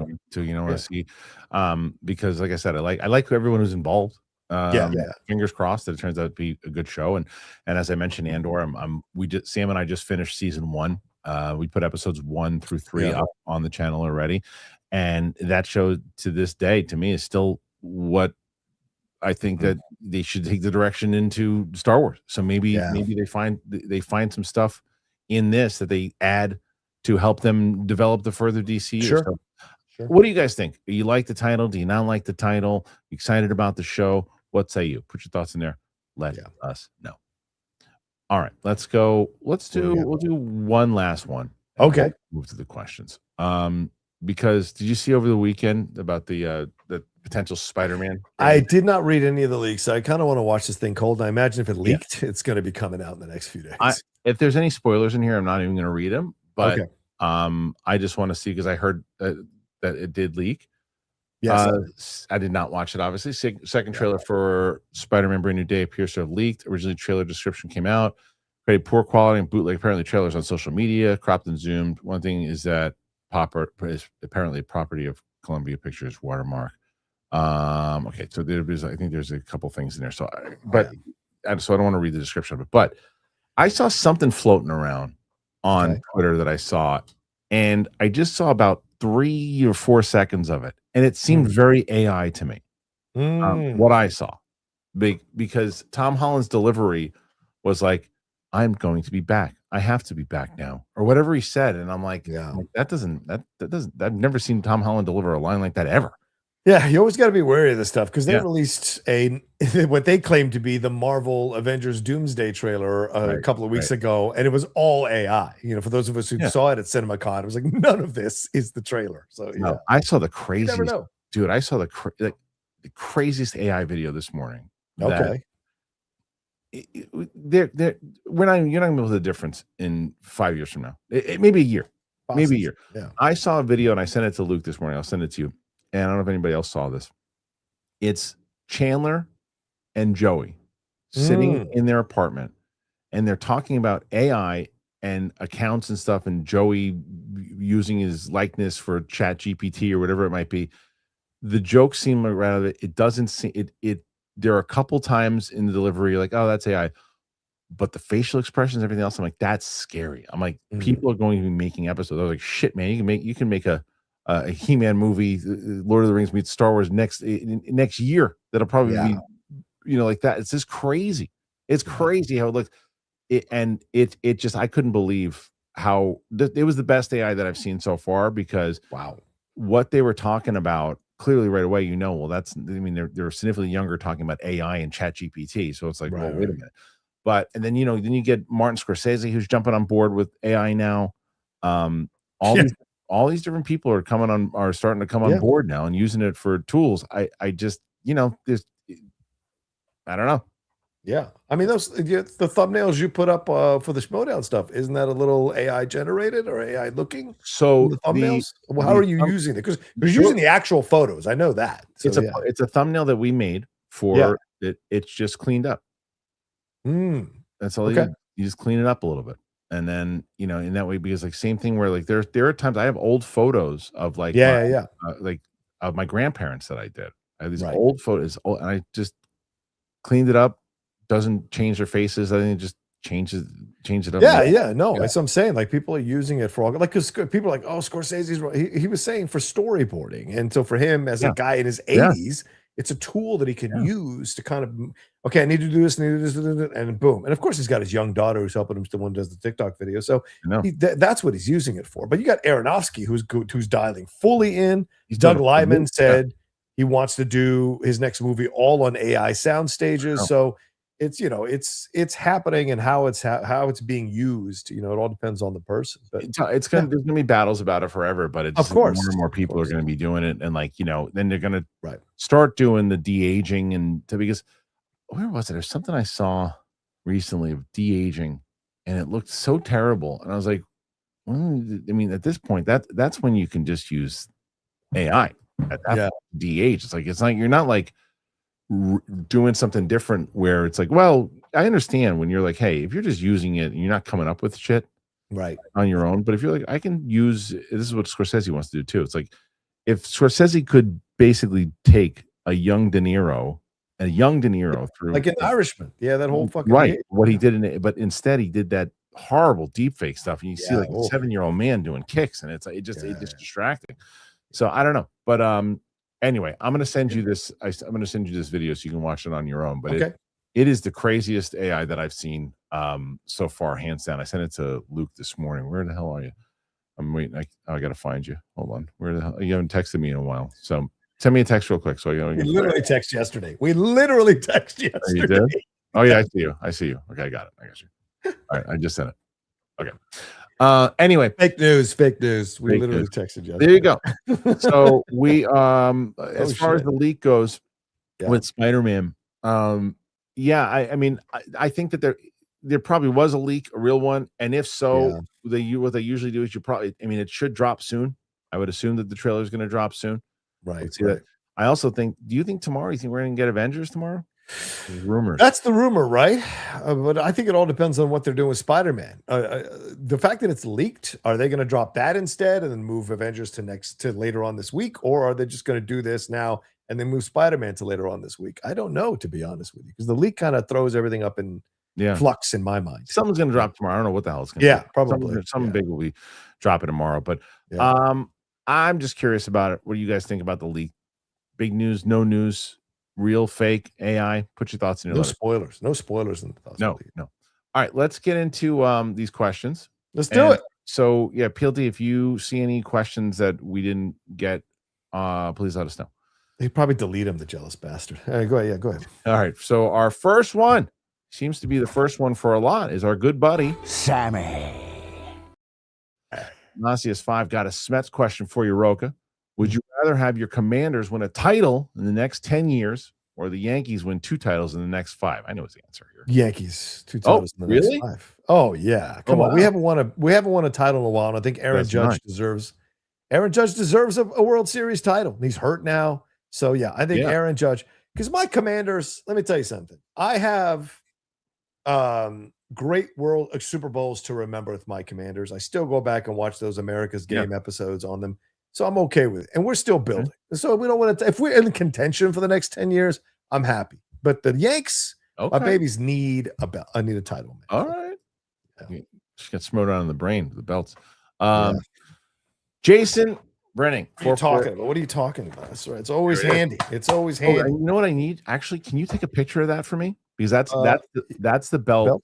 That's the belt that Riley won in for the first championship. For the first thumbnail, we're gonna put that title like right in the center. So right on, man. Get a clear shot of it. Are you going to get a banner where I'm not always not all in the fucking back? Are you going to get a banner where I'm like barely in the me and Dan are behind Riley, which is absolutely ridiculous? Luke, I tell you, I told Luke. I told him. Yeah, Luke. Use your brains, Luke. You know who the stars are, for God's sakes. I told Luke. You want to go to another convention. You want to live to go to another convention. Fix it. Even PLD knows he would never put you front and center, but he knows you should be front and center. Damn right he does. Yeah. Damn right he does. Yeah, he'll shake his head, but he knows. Can't even spell front and center. So go ahead. Some people are really fucking stupid. It's not appropriate. They use initials for their names. That doesn't work right there at that moment. Ron H. I had a really strange and interesting weekend. Saturday, met two cool waitresses at Hooters on Crescent Street. Hello, Ashley and Viv. Helped a dude in a wheelchair. Went to an after hours. Life is strange, wonderful, scary, but face forward, these holes. We'll be stepping forward, always forward. Move! Get out the way. We all going old school. Gangster fruit back in my mix. Now to take off my pants. Wow. Not over. Was sober at afters. Google it, fools. Ending up leaving early cabs and Ubered home. Before that, watched Pressure at the theater with no AC and smelled like ass. And talked to the cabbie. He's becoming the Schmoedown. Quite a life. So did you did you see Pressure? I've not seen Pressure yet, but I've heard good things. I haven't heard a single bad thing about it. Yeah, everyone says it's good that I've talked to. So I'm looking forward to it. That one, I'm holding off with Obsession until it comes out on VOD, but I might break this week because I want to see that movie. But Pressure, does Obsession come out this week now? I don't know. That's what I'm saying. I'm holding out like you are. Yeah, it got pushed back. It was supposed to come out last week or the week before, whenever, and then it got pushed back. PLD's going to be no one. Hey, Mr. CJ. Winston mentioned that Nolan was in his Rushmore of directors. Oof. So I asked what your Rushmore directors. Mine is Martin, Scorsese, Singleton, Spike, and I have to thank George. I wouldn't put George in my George Lucas. Yeah, I would. I put him. I put him on my Mount Rushmore of storytellers. I don't know if I put him on Rushmore of directors. Icons or whatever. Yeah, Spielberg, Scorsese, Nolan. I put in there. John is rightfully so going to go more old school. Mm-hmm. So I'll stick with a little more new school, and I'll put Tarantino in there too. That's a good choice. I can't argue those choices. No, yeah, mine's Kurosawa, Scorsese, Coppola. Yeah. Kubrick. Yeah. Huh? And probably Kubrick. Yeah, probably Kubrick. Yeah. So that's why that's why I figured I would take that, because I figured we'd cheat. We'd cheat around 8. Hey, Mr. CJ. Today, remember on how 3 hustling scientists and just looking for a paycheck saved the city of New York. Is that oh my God, Ghostbusters? Yeah, no, I know, but is it why today? Did it come out? Did it come out? Maybe, yeah, maybe. I think so. They did an event on Friday for it too. Right. Speaking of Boss, Busey, watch Silver Bullet, great werewolf movie. I've never seen it. Corey Haim and Megan Follows. It's really good. That's a good one. Yeah. We had a run of werewolf movies back in the 80s. The Howling, American Werewolf in London, the Silver Bullet, and that's a Stephen King movie or a book, I think. So, yeah. PLD says, as far as Obsession goes, no date right now. Reportedly that they've decided on a more traditional 45-day window. So the new thought is late June, early July, which I think is the right play. It's the right play. I might break before then. I can't do it. I'm not going to do it. I want to watch it for the first time on the channel. Ron H. Roca, you are Sam the Eagle. Embrace it. You're a hard-ass patriot who wonders why he'd be dealing with weirdos. It's funny, fool. Even Sam needs to get paid. Don't fook with it, John. You are warned. There you go. All right. Carlton Rudder. London calling. What's up, Carlton? Backrooms is amazing. Scary movies and miss. MOTU had 5 guys in the cinema. It was like an early Father's Day meet. Great Cinephiles episode on Nolan. Oh, that's great. You guys did an episode. Yeah, we started our season of Nolan. We had a 3-hour conversation about Christopher Nolan and his movies on the Cinephiles, and then we're starting Interstellar this week, and then Oppenheimer. So yeah, it's going to be pretty intense breakdown. Nathan Drake. Christian, you were right about the humor in MOTU. It just didn't work. I only laughed a couple of times. I compared it to something like D&D, which was funny throughout. That is that's what I thought it was going to be. Yep. Because the difference is D&D gave you time to marinate in the moment. Like it's not like a extremely serious movie, but it gave you time to marinate in the moment. The relationship with his daughter and everything else going on. Even like there's some things when Michelle Rodriguez moment really at the end really worked because they built up to it, and by the time you got there, it really worked. They built and they wait, hit with a joke. Wait, hit with a joke. Not we're in the middle of something. You know, there's a stupid scene. This is I'm gonna do a quick. This is 45-second spoiler right now. For people. So if you haven't seen it, you don't want to be spoiled, I'll put the thing up and you guys can take off, come back. So here's a quick spoiler on this. There's a scene where all the Masters of the Universe are walking out to a Queen song. Yeah, the moment in general is a bit cheesy, but it's awesome. Yeah, it's awesome. And they're walking through and they're ready to kick some ass, and then they kill it with a joke, but we're coughing in the smoke. It's like, what are you doing? What are you doing? You had this great cheesy moment in general. That's based off. That's great. It's cheesy. It's Flash Gordon-esque. It's so dumb. So dumb. Anyway, all right. Spoiler over. And that has to be a part of going after the quote unquote masculinity, because we've seen so many films from the 80s and 90s where dudes in muscles are walking away from explosions or big smoke or coming in slow motion like Armageddon. So they wanted to take it down and joke on it, but it was so stupid. Such a bad joke. Yeah, so dumb. All right. Okay. Ron H. Fruit telling me enjoy the day. Grab its balls and yank hard. Roka knows he'd be pulling all the time. Pulling all the time. What is all that? I don't know what this means. I don't think Ron really knows. Mike Joy. Only time I laughed was look, I made mulch. I don't even know if I remember that. Oh, Skeletor when he turned yeah. Don't. Yeah. All right. Nathan Drake would love to know what you and Ellis were arguing about during that Tiffany Finstock match. Something about computer and questions. Oh, I don't remember. Give me a time code on it. Were you arguing about something? Probably. Yeah. That makes sense. All right, here he is. Boom. Big punch. Eric. Throwing it in right field. Big punch there. Putting John already in a good. Thank you, Derek. Nathan Drake. Can't wait for the Furious this weekend. You know, I know nothing about it, by the way. I'm going to see it tomorrow. It took his daughter, and he's got to get him back. You got to get her back. That's all you need to know. I don't even know who's in it. I don't want to know. I don't want to know. I'm going to go tomorrow. I'm just going to walk into the theater. I'm going to see it. I love Joe Taslim is in it, who is a great martial artist. You remember I just told you don't tell me who's in it? I think you need to know. Yeah. Mirror Domains. Do you think marketing let He-Man down in a certain aspect? But I don't. Yeah. But you know, it's like the people who really wanted to see it saw it. Yeah. You know, I think it's another one that I think it'll do similar to Mandalorian and Grogu. I think it'll do well on streaming when it comes out. But see, and this is a test case, as I said last week, right? Influencers were doing all kinds of stuff for He-Man, all kinds of stuff, all kinds of grabbing their power swords or sword of powers and, you know, winging them around and all this kind of stuff. And what happened? People didn't go. This is what I tell you.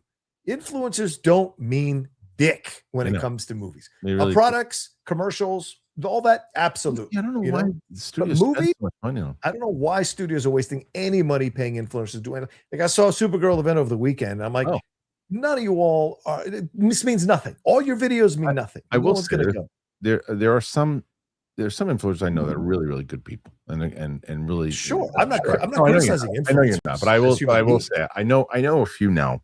I won't call them out by name, but they're walking around like they're celebrities, and it's hilarious. Oh, listen, them taking pictures of themselves on the red carpet. No, but it's hilarious. Like I talked to certain people who have been around, and they're walking around like, what are you doing? Who do you think you are? It's a celebrity. What are you talking about?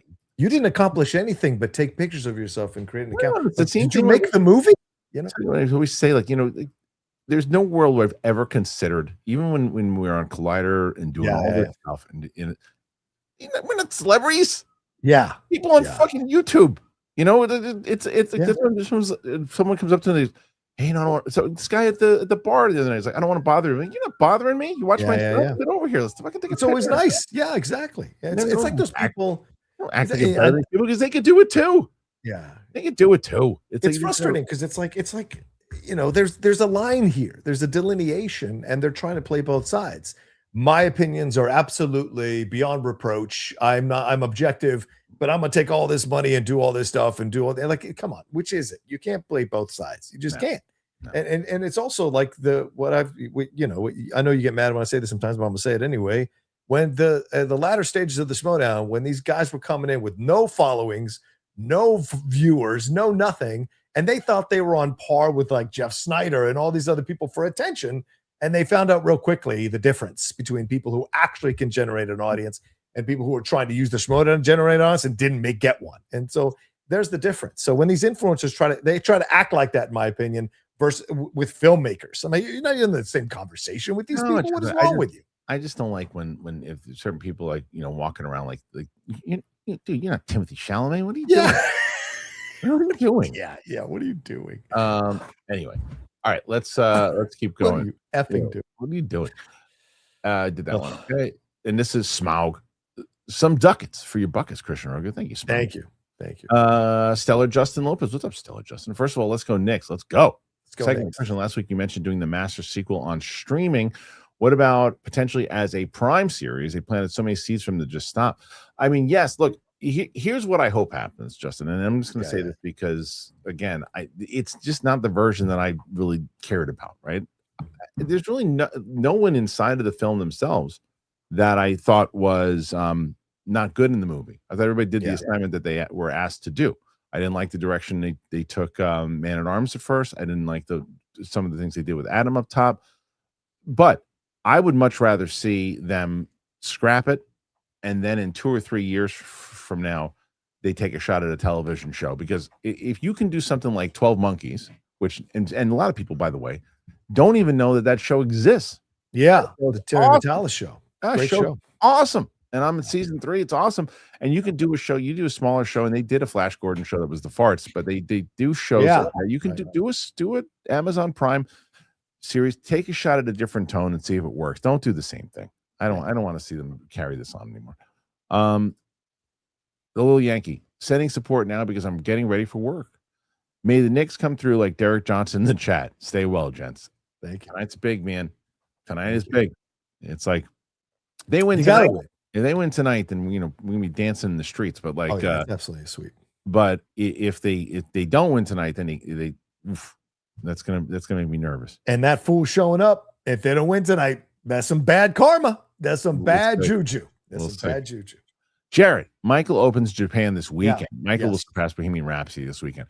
Yeah, I mean it's set to already make like another like 80 million in Japan. Yeah. It premiered last week. Yeah, it premiered, but it's going wide this Friday. Yeah, you're right. Yeah. It's very well could be. I keep going back and forth on this one, but it very well could hit $1 billion.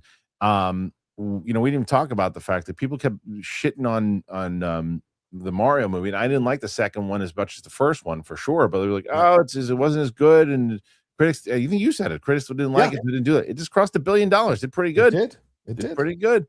Yeah. But again, that just shows you more so of like my little one. She just she didn't give a shit about movies, but she loves those movies. Right. She loves those movies. The first one made 1.3 billion. So 1.3. this one comes close to this one. Yeah, I think it'll probably tap out a little over $1 billion, which still you're Universal. You're going great. You got to be happy with that. Yeah. Exactly. Yeah. I am Two Fly Cam. He-Man is an irrelevant IP for anyone under 45. Such is the case for G.I. Joe and Indy. Not every IP can be what Star Wars used to be. Hollywood beating a dead horse. There's parts of it that I agree with. There's parts of it that I don't. I think that you could potentially, same thing. I think it's a television show with G.I. Joe based off those Marvel comics. Yeah. You can get people on board with it because you're not asking people to go out and spend money in the theater and spend time out of their day to go slap down money and go, "Oh, I hope this is good." It's going to be on a platform that they probably already pay for. And if marketed enough, you'll at least give the first episode or second episode a shot. That doesn't happen with movies.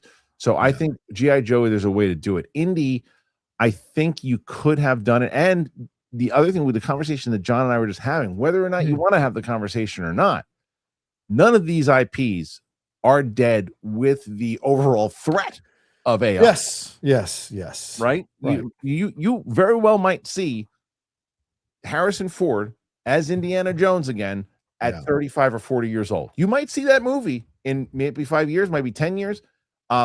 Today it'll be one of those things of like, Marion, please hurry up, go get but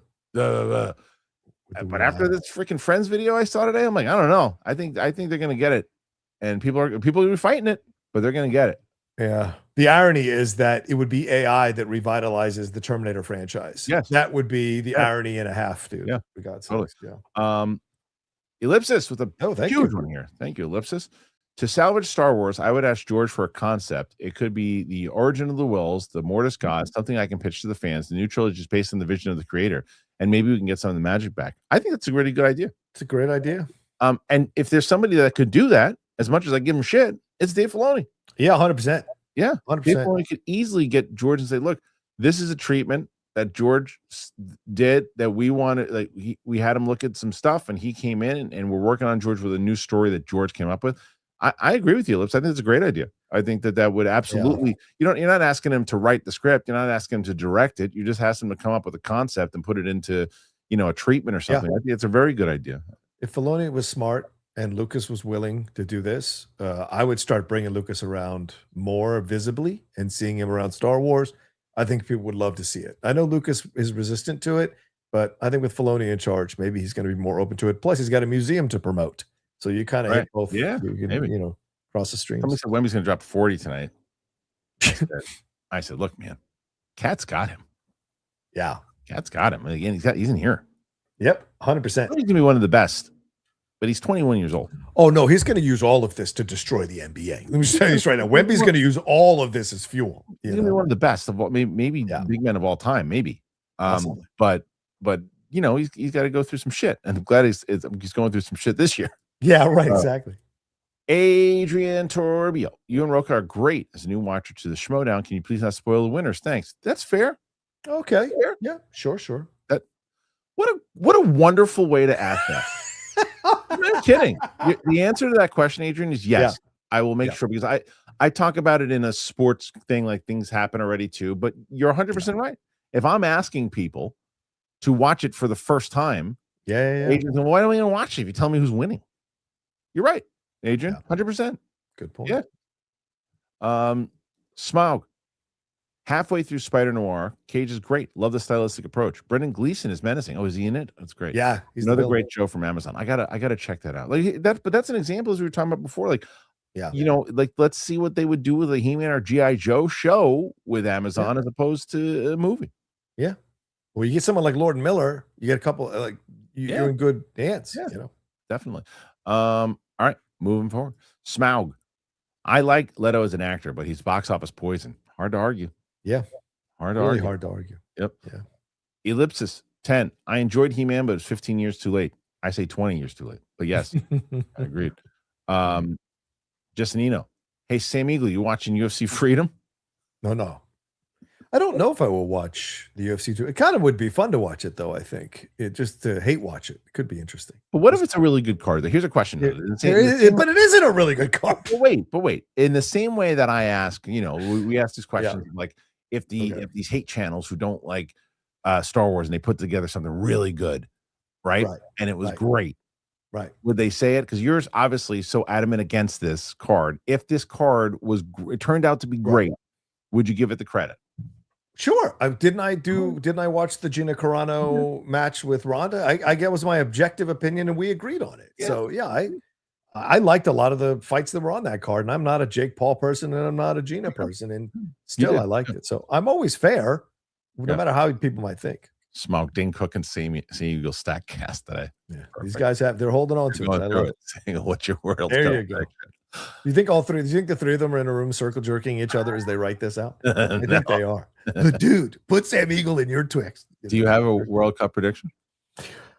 Yeah. By the way, I'm going to be real quick plug. I'm probably going to do a watch along of all the matches if I can do that on my channel, like all of them. And I'm going to try to watch them all. Depends on my shows, but I'm going to try to watch them all. I would say right now, France. I just think France is so stacked as a team, and I think they're hungry after losing Argentina 4 years ago. So I say France right now is my prediction. The U.S., I have no idea if we even get out of the group or crash out of the group. I have no idea. So we'll see. Yeah, there you go. I want to bring a point up, by the way, because I talked about how much I couldn't stand that the Hutts were speaking basic and PLD. Wrote me, well, in the books they talk basic. They shouldn't. And there was something I saw over the weekend, which is, have you ever seen the deleted scene with Greedo? It's not deleted scene. It was footage they never used with Greedo and Han from so Han is sitting there with like some woman. Oh, right? Yes. And then he's like kissing her, and then she walks off before Ben and Luke come sit down. But then after they're done, Greedo comes in and he's speaking English. Yeah. It's ridiculous. It sounds so stupid. And they didn't do it because it's more intimidating when an alien is speaking alien.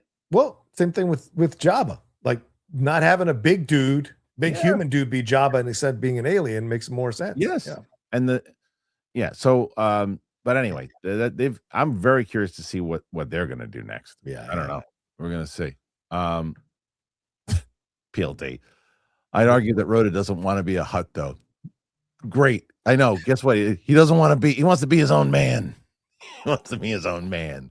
He doesn't want to be like his dad. He wants to be his own man. Johnny Patriza, have you checked out The Legend of Vox Machina? It's so funny because I remember right before Matt Mercer kind of really blew up. He was on. He used to come on Schmoes because he's buddies with Ken. Oh, nice guy. He was on Collider Live as well. That's one that we probably could clip out too. I'm sure that would do pretty well. But no, I haven't checked that. I've heard nothing but great things. Yeah. Fuzzy Bubbles. My 23-year-old son loves the theater experience. We get as much as we can. Yeah, the younger generations, they're going back, man. They're going to save us, the younger generations. This is one I got to do on my channel. How do you guys like Close Encounters? Just watch. Do you know that I think I've seen maybe 15 minutes of it? Wow. I remember the end of it, kind of. You're a UAP guy. How you not watch this movie? I know. I've seen the bits of the thing that, like, I should watch it soon. I'm even more curious now to see your take on Disclosure Day after you see them. Yeah, I love it. We did it on the Cinephiles. It's such a good movie. There he is. DJ's back. Hey, I agree with Kristian. Who raised him? How did he make it through life saying he was from another planet without being locked up? How did he go through high school or college and be that awkward on a date? He's older than 23, but I know. And that was the thing, is that it was just like, you could have done that exact storyline. You could have done the exact storyline and just been like, he's with a family that cares about him, instead of stupid roommate things, with a family that cares about him, and he's still in his dad's like, he's still his foster dad, he's still looking for this thing, and blah, blah, blah. He's like, I know it's out there, Dad. I gotta find it. He can still crack jokes and do things, but it's like the mission is him actually looking for this thing on Earth and not just some goofy nonsense. Imagine doing the first hour where it is going back and forth between Earth and Eternia. So you're seeing him growing up, looking for the sword of power, and you see Skeletor and his growing destruction of Eternia, looking for the sword of power. So they're both doing the same mission on different planets, trying to find the thing they both want. Then the last hour is him getting to Eternia, and you have all that happens there. Yeah. That's a way better movie. Totally. You don't understand why both of them want what they want. Massive email about a massive trailer coming out. Got it. Oh, you get emails for trailers? I never get emails. Yeah, and it's Paw Patrol coming out. Paw Patrol, get it. The Dino movie, new trailer this Wednesday. Heyo. I know. Did get the screeners, I'm sure you did too, for the first 4 episodes of X-Men 97, which I will absolutely be doing on the channel for sure. Maddie B. Good afternoon, fellas. Hugh Jackman has been cast as Long John Silver in a new Treasure Island film directed by Ridley Scott. Thoughts? Yeah, they sent that to me. Luke sent it to me. I didn't cover it though. Ridley Scott, I always just cross my fingers hoping that Ridley Scott just puts another gem in, I know. Why do we need another Treasure Island movie? Why do we need another Treasure Island movie? I mean, come on. Is Jackman just doing this? Like he's playing Robin Hood, now Long John Silver. Is he just going to go through all the classics? Is he going to be Miss Havisham in Great Expectations next? Like, what's the next thing Jackman is going to do? Yeah. Nonsense. Ronnie, what's up, Ronnie? Ronnie's the best. Hi, I haven't seen Scary Movie yet. Maybe this weekend. To me, the first 2 were hilarious. MOTU Universe, yikes. It was okay. The jokes did not hit for me. Yeah, there's too many of them. Too many. As far as Scary Movie, I like the first one. Just watched it recently. You know what I do when Ming and I watched it, I realized I hadn't seen I thought I didn't see all 5. Right. And then right as we're about to do 5, someone wrote and goes, "Oh, this now you're coming up to the one you actually did see." I'm like, "I never saw the 5th one." And the guy's like, "Yeah, you and Mark reviewed it." I'm like, "What?" So I went back and I watched the review. I hated it. I hated it. I don't even remember it. I hated it. So I'm not going to watch it again because I've seen it. So I'm like, all right, not going to see it. So including the fact that I know how much I hated 5 now that I saw myself tell myself that I hated it. I will rank them as such. Yeah. 1, 6. Ooh. 3, 2, and then 4, and then 5. Because the reason why 2 lost me, the opening of 2 was hilarious with the Exorcist thing. It's hilarious. Yeah. I'm not a gross out humor guy, and Chris Elliott, the second I was out. Yeah. Like the stuff with the hand and then the potatoes, and I'm like, you're killing the joke. I'm out. Yeah. So I've just never been a big Chris Elliott guy anyway. So like that just never worked for me. But a lot of people really enjoyed the second one. I'm with you. I'm more of an Abby Elliott person than Chris Elliott. Me too. For my own reasons. But like I would put 1, 3, 6, 2, and then the rest. That's how I would do. Yeah. People love to. I know. I like to. Don't like it. Matty B, a live action gem in the holograms. I know Luke sent me that story and I wanted to ignore it. Yeah. They did a gem in the holograms not too long ago, I thought, right? Yeah. And is in the works of Prime Video. Lisa Joy and Jonathan Nolan are producing it. I mean, look, but here's the thing. Yeah. But they're doing what I just suggested with He-Man. You don't make this a movie. You make it a series and see if it hits. Maybe it becomes a great series. If you're going to do it, I'd prefer them to do it this way than do a freaking series on it. So maybe they got it. Francisco J. Lopez. Hey guys, I just realized that Toy Story 5 is out next week. Why is there no marketing for this film? Is it there and I don't see it? Am I crazy? There's a lot of marketing for this film. Yeah, you are crazy. Yeah, it's everywhere. And maybe I don't know, Francisco. I don't know if you have kids or not, right? Because like my little one watches all her shows and even YouTube videos that she's watching. It's popping up during those. So and she's very aware of it. And that's how I actually saw it. I didn't even watch the trailer when it came out. I watched it through one of her videos. So yeah, and it's already tracking for like over 150 million. 150 million. So the marketing is just fine. Marketing's working. But you may have just missed it. Maybe you're still watching stuff that is promoting it. Jay Barnes, maybe I'm way off here, just coping, but I'm really quite optimistic about Supergirl domestic opening potential. International, though, I have no clue. It's not tracking very well for opening. It wasn't tracking. Yeah, it's not tracking, but the pre-sale numbers have gone up. Okay. So the last few days they said the numbers have gone up higher than they anticipated. So I don't know if that's PR, I don't know if it's a marketing, or if it's legitimate. But I think we'll find it opening weekend. It might overperform from the 65 people were predicting, I think. So we'll see. Yeah. We'll see. I didn't like this. Did you like the scenes? I didn't like the scenes. I haven't. The only thing that I saw, I didn't watch the last trailer. And again, I'm going to see it on the 20. Yeah, I was going to ask you on the 22nd if you could host the show because I'm going to see it in the morning. Sure. Yeah, sure. It's a Monday. So I'm going to see it. So I don't need, now that I know that when I'm seeing it, I don't want to watch anymore about it. I did see some scene when I guess she's talking in an alien, in the Kryptonian, and he's talking and shows up. I don't know yet. Yeah. I don't know. I gotta wait for the context of it. But it just doesn't seem like a Greg Gillespie movie to me. It seems like a James Gunn movie to me. Yeah. That's not saying it's a bad thing. I'm just saying that it doesn't feel. I wanted to see a Gillespie movie. Tim Sim, with He-Man's unfortunate bomb and obsession having one of the strongest word of mouth staying powers I've ever seen, are we seeing a steady shift of interest, generation, and taste in movies? Yes, 1,000%. And we're also seeing support with people who want to, support people that they've been following and doing stuff with. Yeah. I don't know about a steady shift because we got to see more examples of it. Yeah. But I think there is at least a new player on the block. And how is that? And what's their staying power is going to be interesting to see. Yeah. Okay. Because there's always these movements. Whenever a big film, is this a change? Yeah. But then it fizzles out. So we'll see. Smaug. What's your thoughts on a few Chinese films being among the highest grossing films of the year for a few years now? Impressive. Most impressive. Look, that market in general has always been phenomenal. Plus the fact there was one movie. I don't know if it was Chinese or if it was where was it? It was some movie that did like 1.7 billion. That was a quiet 1.7 billion. I forget where it was, but it was an international market. It wasn't here. The Tiger one. I think it was the Tiger right. one. I think so. So what are your thoughts on it, John? I think it's impressive, and I think it shakes us out of our ideas, which a lot of Americans grow up with, is that, this is the most important market to make money in, when in fact we've become a global market for the last 20 years, and China has really blown up over the last few years, which is why Hollywood a few years ago started making overtures to China, why it's important for them to be there in China. And when films don't open in China, more often than not, they don't do well internationally overall. So it's a big audience, big market. Big market indeed, and again, the business is changing dramatically overall. Yes. Okay, Michael D, will you do Invincible season 2 with Ming? Come on, you got to admit that's a funny picture. What is that one? It's. Oh, I see.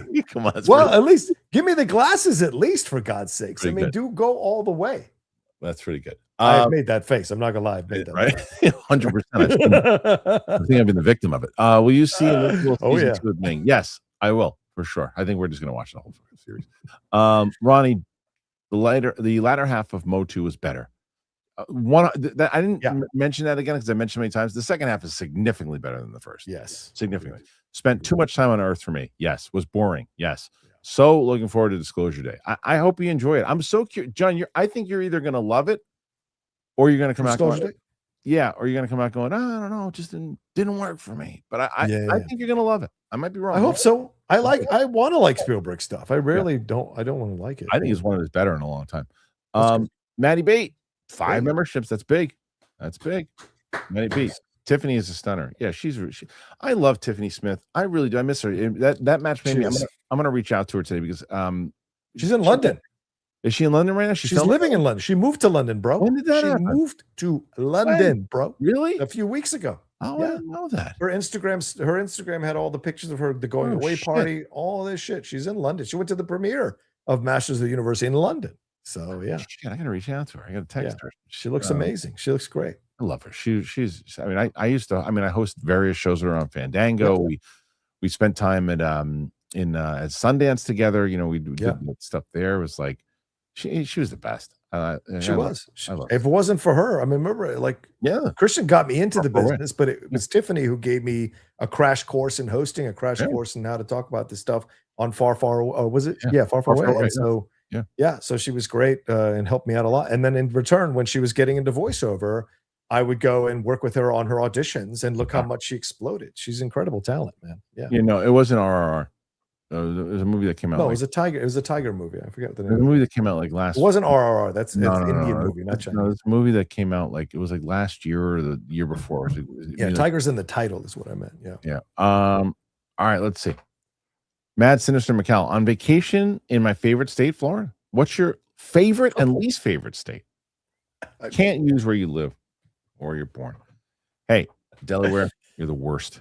The Mud Hens. What? Yeah. Let's see. Let's see. Worst state? I mean, I can't say Florida because I loved living in Tallahassee. I had such a great. Those 3 years in Tallahassee were some of my favorite years of my life. But outside of Tally, there were some not great cities, but certainly Tally was great. Hawaii. Oh, really? You didn't like Hawaii? No, Hawaii is my favorite. Oh, favorite. Okay. Hawaii's my favorite. Least favorite. I hate to say this, but I'll say it anyway. Idaho.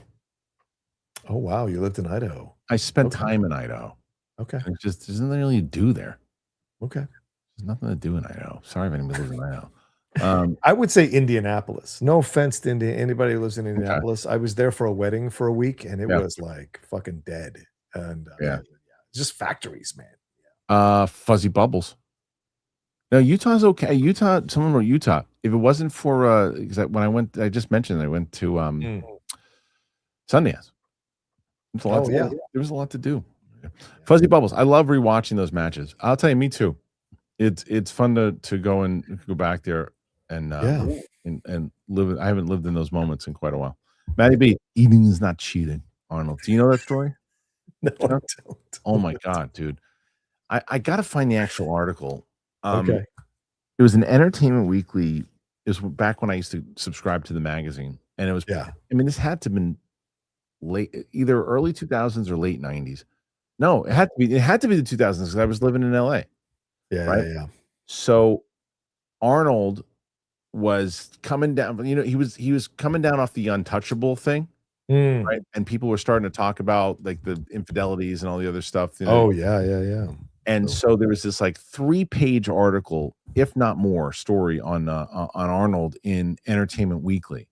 Okay. And I just remember being fascinated reading it. It might have been more than 3 pages. It could have been 6 pages for all I remember. But I'm sitting there fascinating reading this thing, laughing my fucking ass off. There was a report that someone walked in, again, allegedly, and he was going down on this woman.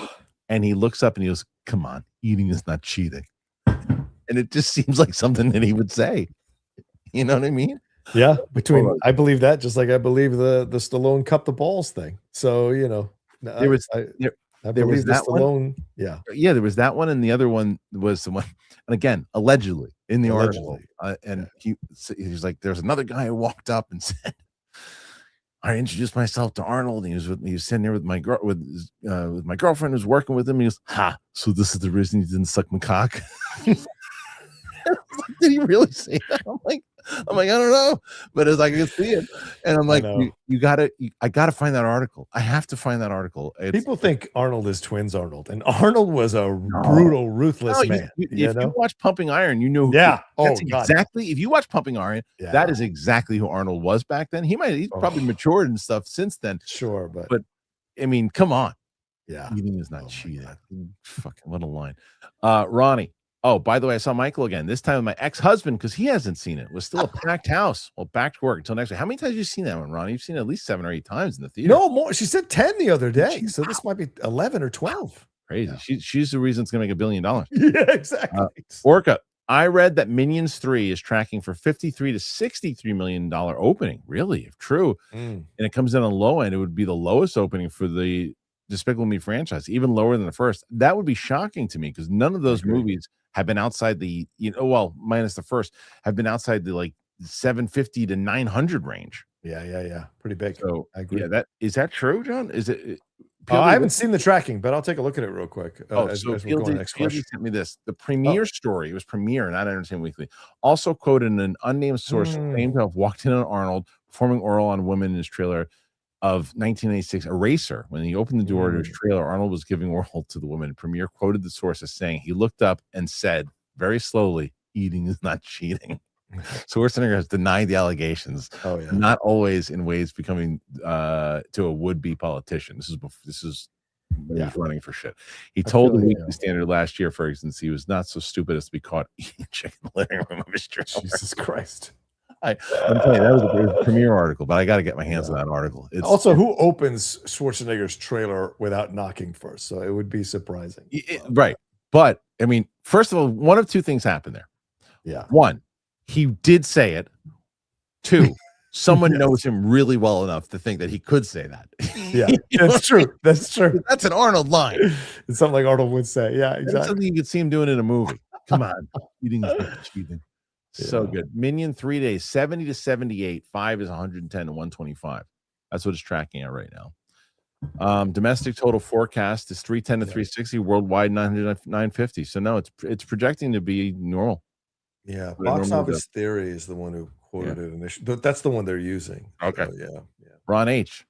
For Pot and me reporting from downtown Montreal, watch Obsession, but got no honey. I mean, who's going to grab me accidentally looking for popcorn? Yikes. Okay, sure. Pacino, I'm Ron H. Eat this fruit. It's good. All right. Comic Lover. I just wanted to say sup to my favorite sacks of shit. Thank you, Comic Lover. Yikes. Okay, thank you, Comic. That's his thing. Smell. Support from Wales.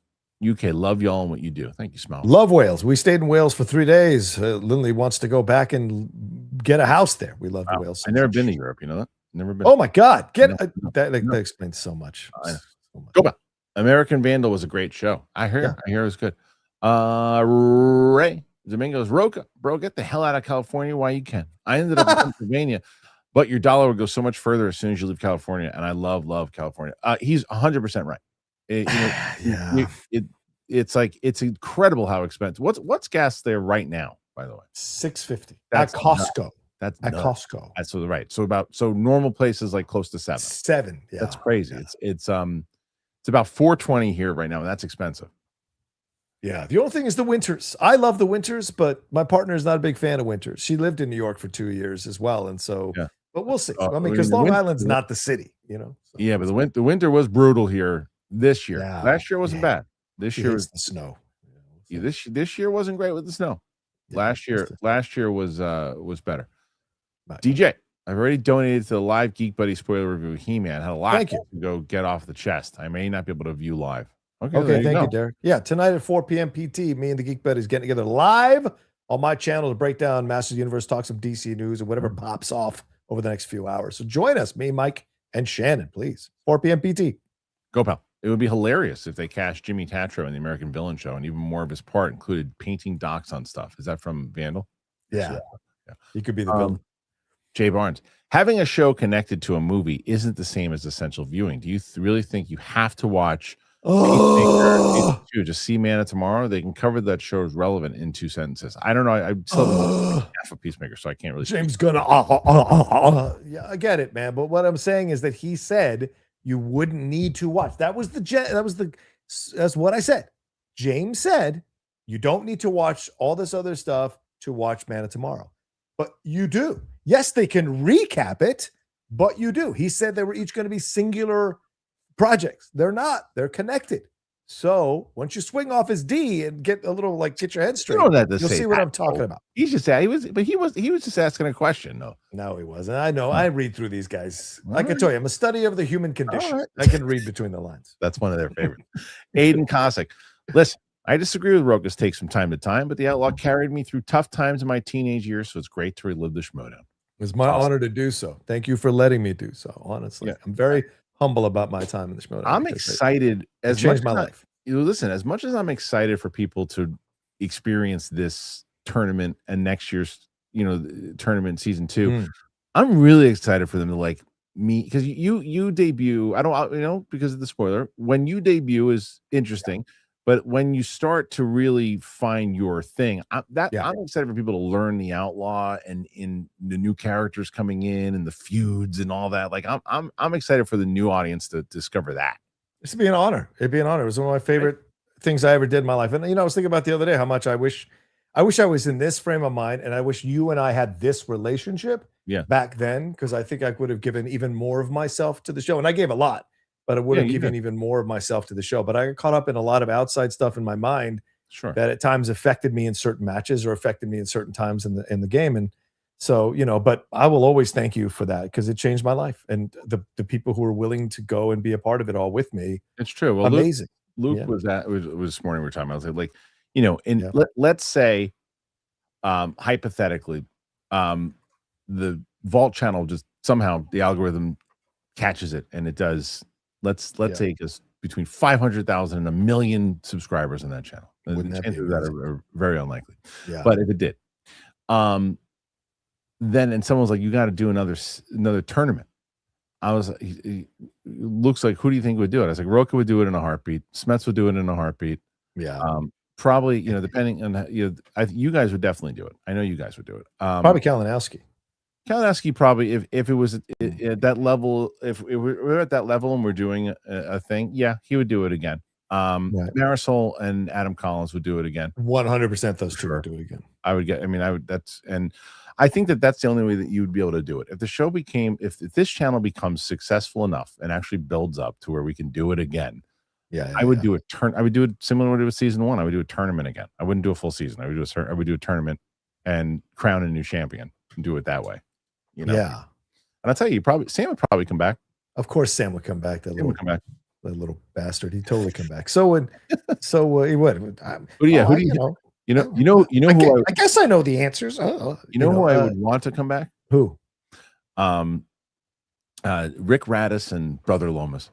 Oh, I love those guys. They did not have the time to shine. I agree. I agree 100%. Yeah. 100%. They were good. Love both of those guys. They were good. And then I don't think Dan would come back. I mean, I think Dan would come back like the Undertaker, like one match a year, one special match or something. Yeah, like at the end, if you were to do a free for all or something, like Yeah. Dan would be the main event at the end of the free for all. Maybe. I think he'd do that. All right, let's see. We'll go to, and thank you for that one, by the way. Thank you guys. Yeah. Big Bang OT4. Who the hell is this now? Oh, Walgreens. Will Michael reach 1 billion? I kept going back and forth on it, but I'm at the place where I think it will. We got your boner pills. They just came in. Come down here. Not those. No, that's Rouget. You guys can go to Rouget. Oh, that's Rouget. No, but that's other stuff. I hope you're okay, man. I do think it'll reach 1 billion. Yeah, me too. Yeah. Mike, I'd send in more super chats today, but Ron H stole my super chat money for the day. Gruber style, that crafty Canadian. Nice, Mike. Big Bang. Should they make kid Luke's grandson to continue the Skywalker lineage? Rey Skywalker actually being a Palpatine is weird. So the question is, then you'd really have to build out a story with Luke. Like, so Luke had a kid, right? And so is Mara Jade. Right. So is Mara. So then is Amy Adams Mara Jade's kid? Right. Oh. So is that essentially what it was? Is that so? Is Amy Adams Luke's kid? Yeah. Like, I mean, I wouldn't hate it. A lot of people would hate it. I wouldn't hate it. But, I think that that's the way you could do it. Is like, oh, she's Luke Skywalker's daughter, and that kid's Luke Skywalker's grandson. I mean, yeah. I mean, you get people tweeting. I won't mention names. I can already think of one going, oh, hey, Luke Skywalker, just, rely on what you have now. Because what's working now isn't working now. It's failing miserably. That's true. Yeah. No denying that. Yeah. All right. Mad Sinister McCall. A man with herpes breaks one wish willow and wishes TV away. You both can save 5 TV shows each for the world. Work together. You can't use the same shows. Oh, man. But you have to do a comedy, right? Okay. Yes. So what do you do? You're not a Friends guy. I'm not a Friends guy. It's never been my sitcom. Right. Where do you go with humor? You got to do one. Wouldn't it be Cheers? You can save 5 TV shows each for the world. Works together. Yeah. Seinfeld, right? I mean, Seinfeld endorsed. I was never a massive Seinfeld guy. Really? I enjoyed the shows when they were on, but I never went out. What about Cheers? Wouldn't Cheers? Cheers. Okay, Cheers. Yeah, I'll agree with Cheers. All right, we'll go with Cheers. We're gonna have old men. The Sopranos. I'll give you. We both agree with that. But again, I want to make sure Game of Thrones. But I mean, the ending for people, right? You say Breaking Bad. Breaking Bad's too good too. But yes, again, I don't want if TV goes away, and then you're like, well, you want some happiness to be around. Oh, true. So, but if we're just looking at great TV shows, oh man, people are saying, because you want to keep Andor and shit. Yeah, I know that's a tough one. It's a tough one. That's a tough one. So let's just say we'll say Breaking Bad, Game of Thrones, Sopranos, Cheers, and The Simpsons. How about The Simpsons? The Simpsons. Done. There you go. Simpsons. Perfect. 100%. 122. Pretty good. Rushing. Roga took a break from fucking dads to be here. Yep. The Badass Times. What is your guys' dream casting for Heat 2? Adam Driver, Leo, Austin Butler, all rumored, of course, but who plays who? Past or present since the book Go Back in Time and present. Thanks, broskies. I think Leo's got to play Macaulay. He's worked with De Niro. He can channel him. Where's the new? There was a new report that came out over the weekend about it, and that he is playing Chris. Which he looks more like Val Kilmer, which I can understand that. Maybe Bale, if Bale is in it, plays that, because Adam Driver is like 6'6". De Niro's pushing 5'9". Yeah, he's 5'9". That stuff matters to me. Some people it doesn't matter to, but it matters to me. Yeah. And Kristen Bale considered for Vincent Hanna, and Stephen Graham for Neil Macaulay. Yeah. So. Who, Stephen Graham for Neil Macaulay? Yeah. The guy from Adolescence. Let me see. He was in Irishman. Neil Macaulay? Yeah, I know. I don't know if I like Stephen Graham, but I mean, for Neil Macaulay, you can't find an Italian-looking dude to play De Niro. Yeah, that's weird. Stephen Graham's a great actor. He is fantastic. A Liverpool actor. Love it. And probably could pull it off, but I don't see it. But I'd say he's one of those guys who's like, all right, let's see what he's got. Yeah, true. Should new trilogy have Sith from another world? Hard for me to say yes definitively because I don't know what they're working on. You know, it's just hard. Fuzzy Bubbles. Furious is about a dad who buys his daughter a balloon, and it pops 30 seconds later. And he's refused a refund. I don't think that's true, and I'm hoping it's not. Bobby, an article just dropped that Amazon is doing Gem and the Holograms live action movie. A movie? I think it's TV show. It's TV show, yeah. After seeing MOTU results, they might want to hold off. Not if it's a TV show, Bobby. If it's a TV show, is it a TV show or movie? Let's see. It's TV. So movie, I'm with you, Bobby. TV, give it a shot. Roshmith in Snyder voice. Hello, Johnny boy. Thank you, bud. Dude, Rush is back with the awesome Anika Niles stepping in for the late, great Neil Peart. Wow.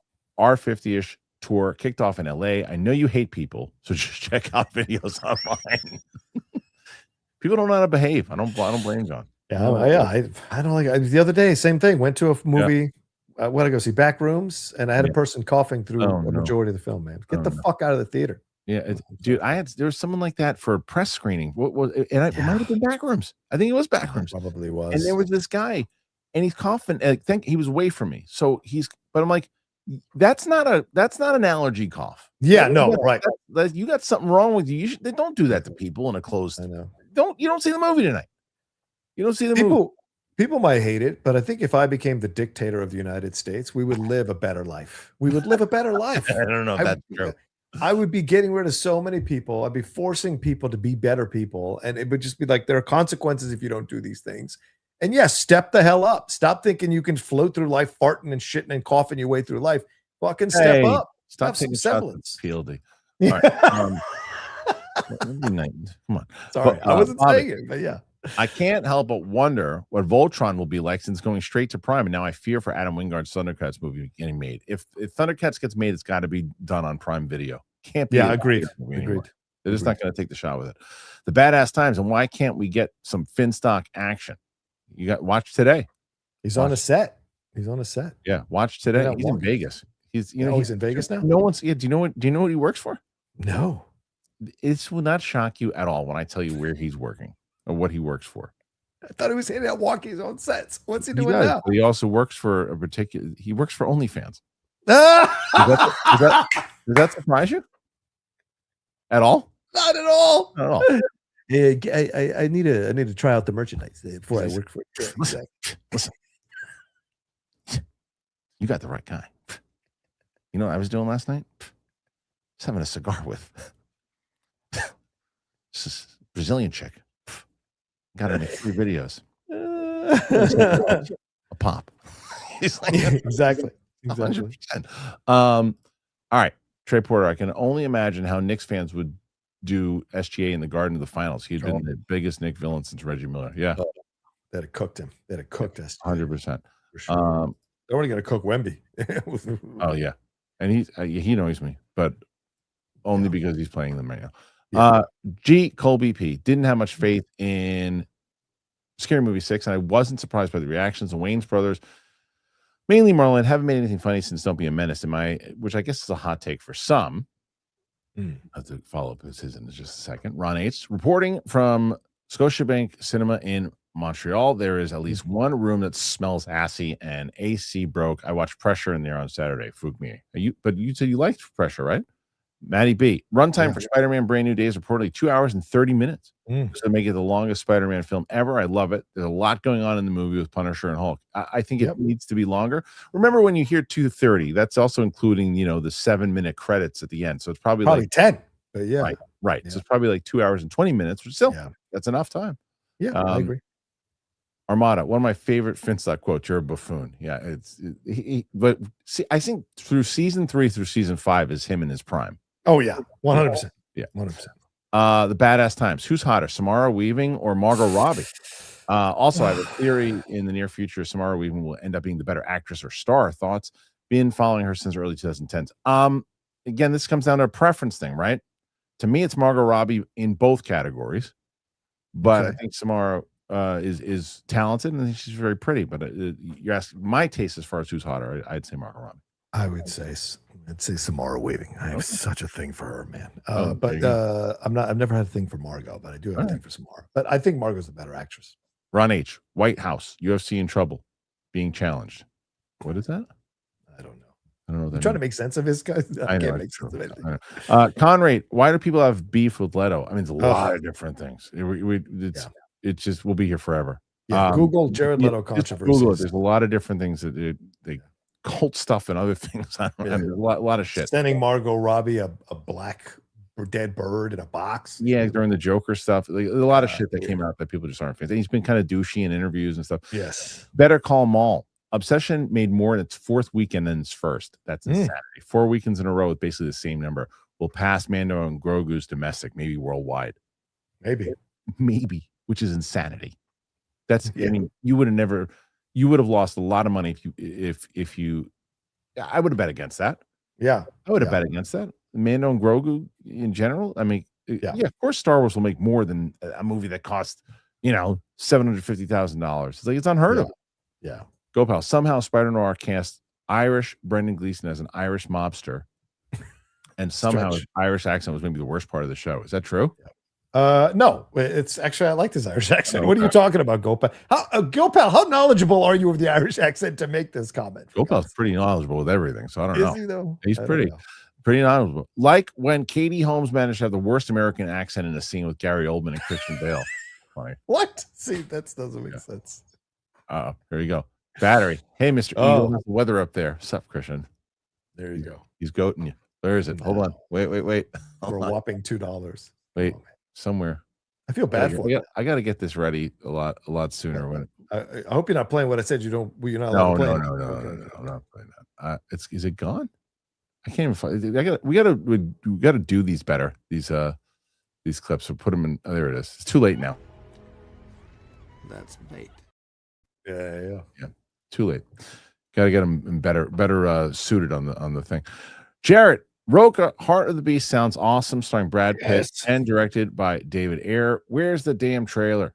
I asked him that this morning. I tagged him in my tweet this morning. David and I follow each other. I was like, David, where's the goddamn trailer? Those of us who love your movies want the trailer. I'll tell you, speaking of people who start following you, like I am like I told you, I'm obsessed with 12 Monkeys right now.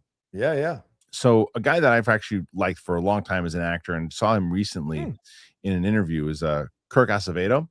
Yeah, Kirk is great. I love Kirk. Kirk's great. So I started. So I sent him a message this morning because I saw one of his. He's a big Knicks guy too. Yeah, and I was like, we got to get an interview on the books, and I didn't get a response from that, but he just started following me back. So maybe we'll get something. I'd love Kid Vicious, man. Yeah, we follow each other. I spoke about him years ago in Collider, and he followed me afterwards. He's great. Good guy. Top dog. Hey Sam, do you think that Andoni Aruga is going to do it at Liverpool? Bummed about missing out on Alonso up the Blues. No, I think we'll see what happens. It's going to be a big step up from a mid-table club to come to our club. But I like what I've seen so far from his interviews and conversations. But it's all going to depend on who we get, and it's all depend on who we sell. So I'm going to make a bet, and I don't know that this is true. Okay, I can tell. I'll be able to tell through. And PLD, don't lie. You either do a thumbs up or a thumbs down. One of the reasons I think that we're getting all the people saying, "Hey, Sam Eagle" to you, is I think PLD went into the Discord and told them to do it. Oh, he did? I don't know if he did. Let's say he's going to give me thumbs up. He gave me a thumbs up. Yes, he did. Yeah, of course, 100%. I know you too well. He's got nothing. I knew him too well. I knew him too. There's two that was everybody was doing it. I'm like, I didn't tell him to do that, and that's all his 7-Eleven buddies are doing it. And so he went into the Discord and he did that. I know. Hey guys, help me out. I'm getting beat up all the time. I said, give me thumbs up if you did it. He goes, yeah. Of cour's he did it. Of course he did. He's laughing his fucking ass off right now. All right. So and Ayashi, here's who gave me powers. I gave myself powers, you little fuck stick. So shut up. All right, good. I don't know what the hell's going on there. Ron H. Today I'm not ending the show. I am not ending it. We'll see. Go, pal. The only part of Close Encounters I know is the chime they reused in Moonraker because my sister told me where it was originally from. Oh, interesting. Oh, yeah. That's right. Derek said, you almost got it, Ron. Almost. Yeah, they were battling for who put the last comment in last week. Oh, pretty good. With Winston. Ron H. Death of Robin Hood, badass. Fruit. We're going. I'm gonna see. I'm looking forward. I'm waiting for the screening on that one. Battery. Roca. Did you actually like the Grogu movie? Yikes, man. Yeah. Along with 70 to 80% of the other critics. I enjoyed what we got. It was fun time in the theater, but it's not a great film by any stretch of the imagination, but I enjoyed myself. Your dad did too. He's sitting right next to me. JLM 219 with my hole in the popcorn bucket, doing what he needed to do. Yeah. What is the Susia reference in Sam's rewatch videos? First of all, before we mention it, Susia. Yeah, it's dirty. Yeah. So Sam, she's Latina. For Ming, by the way, if you go, Ming just put up brand new video today, and it's Sam working out for the first time, whatever too. So you go and check out Ming's videos. PLD, can you put a link for Ming's channel, Ming's Merciless Fitness? Put it in the chat, please, and you can see the latest videos from Sam. Susie, yeah, we were talking about Kirsten Dunst's character, Mary Jane, and and Sam was not a fan of the way she was bouncing back and forth between Peter and Harry, and she's like, it's just Susia, man. And we started laughing. So now Ron H, get fruited and watch Fearful Film SX. Okay, got a lot of these left. Holy shit, 134. We got to blast through these.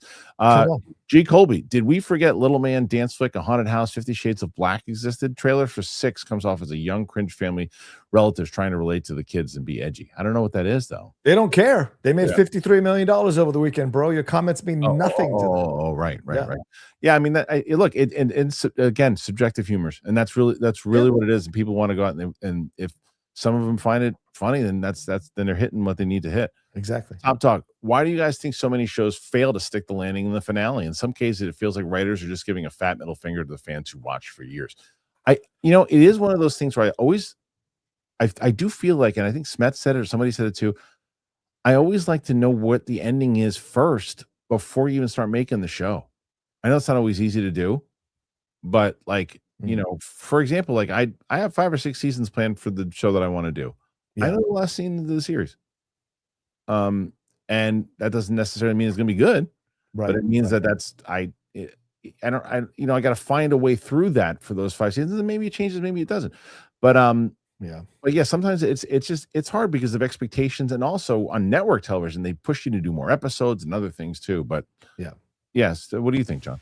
Well, not everyone knows what goes on behind the scenes. It's true. Like how executives come in and give notes and changes. Like the things are never really exposed. How much executives are involved in what you're creating, and you have an idea, but they change things, or the actors are not available, or they blow up, so they don't want to come back. Like there's all kinds of things that happen that you have to write out and adjust. So yeah. I don't think they ever try to give a middle finger to the fans. I think they always appreciate being successful. Yeah. At this point, will Cole Hauser go down as one of the greatest on-screen characters of all times? I can't say. I've only ever watched 1 season of Yellowstone, so I don't know. I've only watched like 3 episodes of the first season, so it's hard for me. Nathan, 950 during the Tiffany match. I guess that's during the argument. I'll have to look. Conrad, about Supergirl, did Millie say something controversial? I mean, I don't think it was so. Again, to certain channels, I think it was, but in general, I don't think it's gonna. I don't think that comment or whatever she did is the reason why it's not gonna do well. I just don't think people care enough about the. We'll problem. See though. We'll see. We'll see. Johnny Patrizia, I'd love a Dino Riders movie or series. Thoughts? I think it was a little after my time. Yeah, I agree. Yeah, a little after my time too. Draws Walker, this week's The Vampire Lestat series is dropping on AMC. You guys interested in checking it out? I've heard nothing but great things about that show. Yeah, I know. I wish I could watch it. I'm so burnt by Interview with the Vampire, which is not a bad movie, but I want to go back to all the time. I just love the book so much. I feel like it would ruin it. Great. Apparently, the Vampire series is great. I don't know. Yeah, shit. I like the trailers that I've seen so far. Yeah. Matt Krugman, did you guys see that Sean Penn says he now refuses all selfies, even for Holocaust survivors and disabled children? Random, but got it, bro. It's like, at this point, Sean Penn, it's like, it's just, you can't do anything about him. Nope. It's who he is. And it's like, should he have said that? No, of course not. But are you shocked that he did? No. Yeah. It's like, he's 100% serious right now too. He doesn't want to take selfies. He didn't even show up to the Oscars. Is there a question? Like, once he says that statement, do you have any question about what you should do? Like he went this extreme to make it very clear. Don't ask for selfies. I think everyone's gonna ask him for selfies now. Probably. The Badass Times. You must hire Jeff Snyder for a weekly segment. You check him out on the hotline. Yeah, on the hotline. You get 2 hours with him on our show. What's your problem? Yeah. Ron H. Someone needs to write American Werewolf in Montreal. You should. 100%. Yeah. Real McCoy, are either of you excited for season 3 of House of Dragon? Yeah. Very 100%. I feel people are sleeping on that show. It's one of my. I think that show's great. Yep. Mikey B. Thanks, Mikey. Maddie B. 10 more memberships. Wow. We got to be over 1,000 members now, right? We got to be. Let's double check. Bobby, by the way, he can't count that high. Come on. Michael releases in Japan this Friday. Yeah, it's next week. We'll be talking about it. Honestly, I wish you could love MOTU like I did. I fucking love it. I caught with smoke. You don't? I didn't smoke when I would see it. LOI, look at it, mastering your universe. That's fine. I'm glad you liked it. 998. We're two members away from 1,000, so hopefully we get two more members. I don't think this guy ever left the house. Has ever left the house? I don't know. I think he's out right now. Go, pal. Having crossed the Delaware Memorial Bridge a lot when I lived in Jersey and visited home in Virginia, that 18 miles of 95 are the worst I've ever seen. Yeah, I've crossed the Delaware Memorial Bridge a few times going to Jersey. Yeah, it's like Tallahassee to Jacksonville. It's an utter wasteland. An utter wasteland. This is crazy. You hit 137 so far, dude. Nice. Yeah. I don't know if anyone's going to be able to touch you this week. Mikey B, 3 words for John. Season of Nolan. Yes, we already started it. Our 3-hour conversation is up, and we start Interstellar this week. So get on it, bro. Cinephiles, wherever you download podcasts. Badass times. First time seeing Bill Murray in real life. Pro-Am in Spartanburg, South Carolina this week. 10 minutes from my house. Starstruck. Why don't we have any badass movie stars anymore? They're just cool as F. I mean, I think there are some that are developing. There's some that are developing, but like I see what you're saying, like the Jack Nicholsons of the world, the Robert Redfords. It's a different time because the other thing is it was also contained. You can only TV stars, movie stars, right? You only saw them every once in a while, and when the Oscars were on, you saw them on TV. That was it. Now you see them every 5 seconds on social media and everything. That's what's destroyed it. Yeah. Social media destroyed it. If we had social media back when De Niro and Schwarzenegger and Eastwood, it would be a whole nother ballgame. Yeah. A whole nother ballgame. Ninja Camp. Camila Mendes behind was the MVP. Oh, hello. She's attractive. Ron H. Odds watching MOTU and Master debating, possibly with others, more like that in pressure. Unzip, drop pants, unleash the sword. All right. Have the power. G. Colby. A rebuttal you can't stand whenever you receive pushback for not liking a movie. I always hated you didn't get it, especially for comedies. You don't have a sense of humor. You're too sensitive. Right. That's it. Oh, no, my favorite is, and that I don't like at the same time because it's always hilarious, is either I love everything or this guy hates everything in the same video. Oh, yeah, totally. All the time. Yeah. So that's the one. Ron H. Guys, please keep your pants on. Only Ron H. No pants. All right. Armada. Travis Knight for Commando 2. I don't blame Travis Knight for what happened with Masters, by the way. I think he was given, this is what we want you to do, and I think he executed it. Yeah. Good points. Poot Shoot Riot. Christian, since you're on the East Coast and want to take the fam on a summer trip, check out Cedar Point if they like coasters. Roca, love you. Peace out. My little one is a daredevil. She likes all that shit. And she loves that shit. And that's awesome. But that's why I was going to go to when I was one of these things, the adventure parks are going to have Ellis go. Ellis still does roller coasters. I can't do that. I can't do them anymore. Roca, moving to New York, is there a bigger chance of a boxing fight between him and PLD? Yeah, someone put a gif of me holding his head while he swings wildly. Yeah, it's basically what it would be.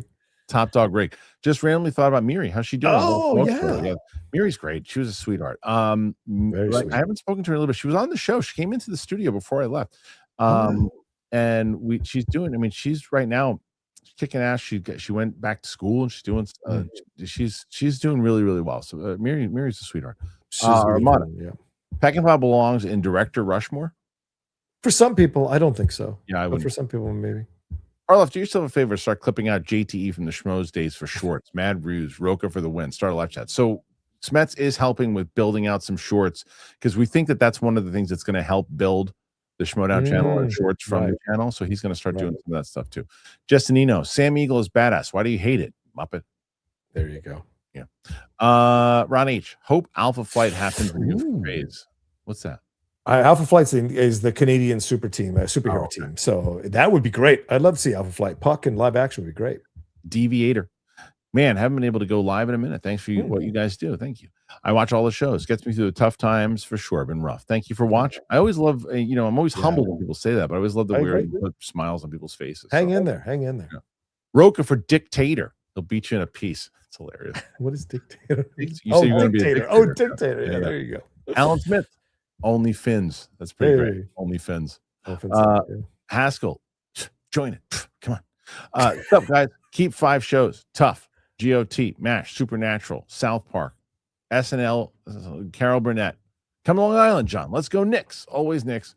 I mean, you got to step up here, John. In general, like because you have you got the Yankees already.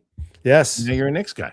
Now I'm becoming a Knicks guy. Yes, that's what I'm saying. So you already got two of the teams. Yeah. Smaug, Kim John Roca versus. No, God! No, God, please, no! No! No! No! That's the last time. I think that was PLD's wife's reaction last time. He has to have sex with her. That's good. All right, let's see. So next one, Ron H. My second pressure was an ass room. That's there like, you go. Right, fair enough. Ron H. UFC challenged in court may not happen. Oh, really? Bullshit. It won't happen. Yeah. No way. Ron H. John the Eagle Outlaw Patriot Roker. Own it. You're the fucking man. I know it. You know it. Tom Holland probably knows it. You rock, Roker. Thank you, Ron. Top Talk. Shout out to Samara Weaver's new indie film, Caroline, starring our generation's theme king, Kylie Gellner. Support indie film, folks. There you go. I'll see it. I interviewed her once. Samara was great. She's a beautiful person, too. Oh, my God. Yeah. Mr. Universal Boom. In Family Guy, there's an episode where Stewie takes over the world and demands everyone throws apples at Peter when they see him. Roca, who would you demand this happen to if you took over? I can't say. But I am thinking of someone who might be in the Schmoedown. But anyway, go ahead. Yes, go ahead. The Badass Times. Rewatching the masterpiece that is Green Room, but was shocked to realize our next James Bond, a young Callum Turner, is part of their crew. Discussed how big star Anton Yelchin would have been. His death could be a horror movie. So the crazy thing about that is Anton Yelchin was in studio, I think, a week before he passed. Oh my God. And I sat down and ate. I sat down and ate In-N-Out with him. Yeah. And it was like a week before he passed. And he was awesome. Everyone said, nice good guy, man. We just sat down and we were having burgers together, just hanging out. He was, and then I read like a week later that he passed. And it was horrible what happened to him. Horrible. Yeah. Terrible accident. Yeah, really bad. Ron H. Simone Adapt dead. Spaceland 1 and 2, not 3 for film, please. Ron, you got to keep smoking. Michael D. Did any of you see the 25th anniversary Xbox Series X reveal? It takes me back to the 2000s with the clear see-through green. Might start gaming again. It sounds pretty cool though. Yeah, I've never seen. I never had an Xbox, so I don't know. Yeah. Ron H. Your local Busey clone talking to Cineplex managers griping about stupid head office decisions. It sucks they have limited power to do anything. Also true. Cedar Point is awesome. I still say come up to Montreal. I want to go to Montreal. I really want to go to Montreal. Ayoshi, love you, Roca. All's fair in love and war. Sure. All right. Gopal. Ellis from Williamsburg, home of King's Dominion. He sure is. Yeah. I'm from Virginia, grew up in Virginia, King's Dominion, Busch Gardens. Those were the ones. Oh, yeah, Busch Gardens. They have those in Tampa, too. Jarrett, have you watched The Burrows? Really wasn't invested in the show. The character story was meh. What are your thoughts if you watched it? No. What is that show? Yeah, it's basically the Duffer Brothers, but they're essentially doing Stranger Things with older people, which is Alfred Molina and others. Yeah, I haven't been interested. We started Widow's Bay. We're loving Widow's Bay. We finished Margot's Got Money Troubles, which was excellent. So I recommend those two. Yeah. Fair enough. All right, so this is the last one. Oh, whoa, finally. Okay. DJ. As a born Virginian, I got to throw Busch Gardens and King's Dominion in there as best places. You're talking my language, bro. Absolutely. 143. What a day. Wow. Wait, one more. You got one more? Let's see. Trey Porter. Yep, Trey Porter coming in. Favorite movie monologue right now for me, it's either the Ed Norton FU speech in 25th Hour or The World is a Corporate speech from Network. I mean, I like Al Pacino's speech in Any Given Sunday. Yes, I agree with that. And I would throw in Alec Baldwin's monologue in Glengarry Glen Ross, which is not a part of the play. That was written for the movie. So, and Rocky's speech to his son in Balboa is pretty good, too. 100%. I'm going to get that as a poster on my wall. Here's the one. Smog. And that's the end of that chapter. All right. John, one more. What do you got? Oh, we got one more? Comic Lover. They're going to keep coming in. Roca, listen, I'm speaking from personal experience. Put mom first. Still miss mine. Every single day, you sack of shit. Come home to New York all day. We shall see. We shall see. I'll talk to Roca about it. I'll have to talk to my lady about it. We'll see. But thank you, guys. Thank you, everybody. So where are you going? What's going on? Please, we got a live show today, 4 p.m. PT. You join me live. We'll do it in 4.5 hours. Me and the Geek Buddies, Michael Vogel, Shannon McClung, breaking down all the DC news that we got and the Masters of the Universe. YouTube.com/John Roca says. Head on over to the John Roca channel on the Hot Mic, the Geek Buddies, Spill the Tequila tomorrow night. You know, my reviews, reactions, all of that happening. And I'll be doing a Schmoedown reaction watch-along show to go along with this stuff. When's that? I'm starting it this week, I think. Plus all the World Cup matches. So I'll be doing all that. Here's the last one. Sorry, Steven Seagal, 87 and 97. Does anyone? Oh, it's not the last one. Does anyone have a legendary run that's good? People like to joke. They dominated the box office for what they were. Reactions to those would be gold with Sam. I mean, he's got quite a few really good ones. He's got a really good top dog. Win a goldfish here. Yeah. So we still haven't pulled that clip. We need to pull that clip. Ron H. Speech from Goonies. Troy's bucket. Boom. Mic drop. It's a good one. I think Matty B has one too, right? There you go. All Matty B. Kirk Acevedo is awesome. I've been a fan of his since Oz. Great actor. He was great in Oz. All right, get out of here, John. All right, thank you guys. Take care. Guys, thank you so much for being here, and thank you for being so generous again today. 150 for Roka. It's pretty amazing. Awesome. Good start to Monday. I got stuff coming out tomorrow. Like I said, I'm going to see. What the hell am I going to see tomorrow? I remember the name of the. What the hell's the name of that movie? I don't even know what the hell it is. I don't remember what it is. What is it? Yeah. So I'm going to see something tomorrow. PLD Furious. Thank you. I'm going to see Furious tomorrow. I'm going to see Toy Story on Thursday. What do we have coming out tomorrow? Andor episodes 4 through 6, and then 7 through 9 will be the end of the week. And we're also doing Invincible. Got a lot of shit going on, guys. So thank you very much. And the unedited for Andor 1 through 4 hit. 5 through 6 won't be on unedited because of stupid audio problems, but we'll have some we figured it out moving forward. So check out Sam's video with Ming, and that's it. I guess we got one more. Joey, okay, a couple more. Joey, first, thanks for the DM back. Did you DM me? Where'd you DM me to? I am kidding. I know you're busy. Second, you're gonna play Woka War Roka. God, the internet is insufferable. We lost him, but I don't know what that is. But Joey, we're just if it's Instagram or Twitter, they go in and out, and so it's hard for me to check. So, but you're the best. I love Joey. Weren't you just where were you? Did you go somewhere? Did you see Luke or something? I don't remember. Armada, seems like no one saw Power Ballad. Looked good. I heard it was decent. Yeah. Ron H, Matty B for the win. Oh shiz, it wasn't me. Shaggy style. So with that, Ron H is going to take us out. Thank you guys for being here. We'll be back tomorrow. Tomorrow's show, I think, is just me and Mike. Wednesday will be Smets. Thursday will Chris Carr, and I think I might be solo on Friday. Winston might not be able to make it this week. So I thought I was going to be out of town. I am not. I will be here on Friday. So thanks again, guys. I'll have more news when I get the links from the comedy show that we're going to do October 7th in at Governors. And so hopefully everybody on the East Coast can come check us out and be there. We're leading up to when I can actually officially announce the Kickstarter. Like I told you what the goal is as far as when I want to get it launched. I'm going to start asking for information from people so that you can be informed on it. So thanks again. We'll see you guys real soon. Peace out, everybody. Bye-bye. Bye-bye. Did you shit in there?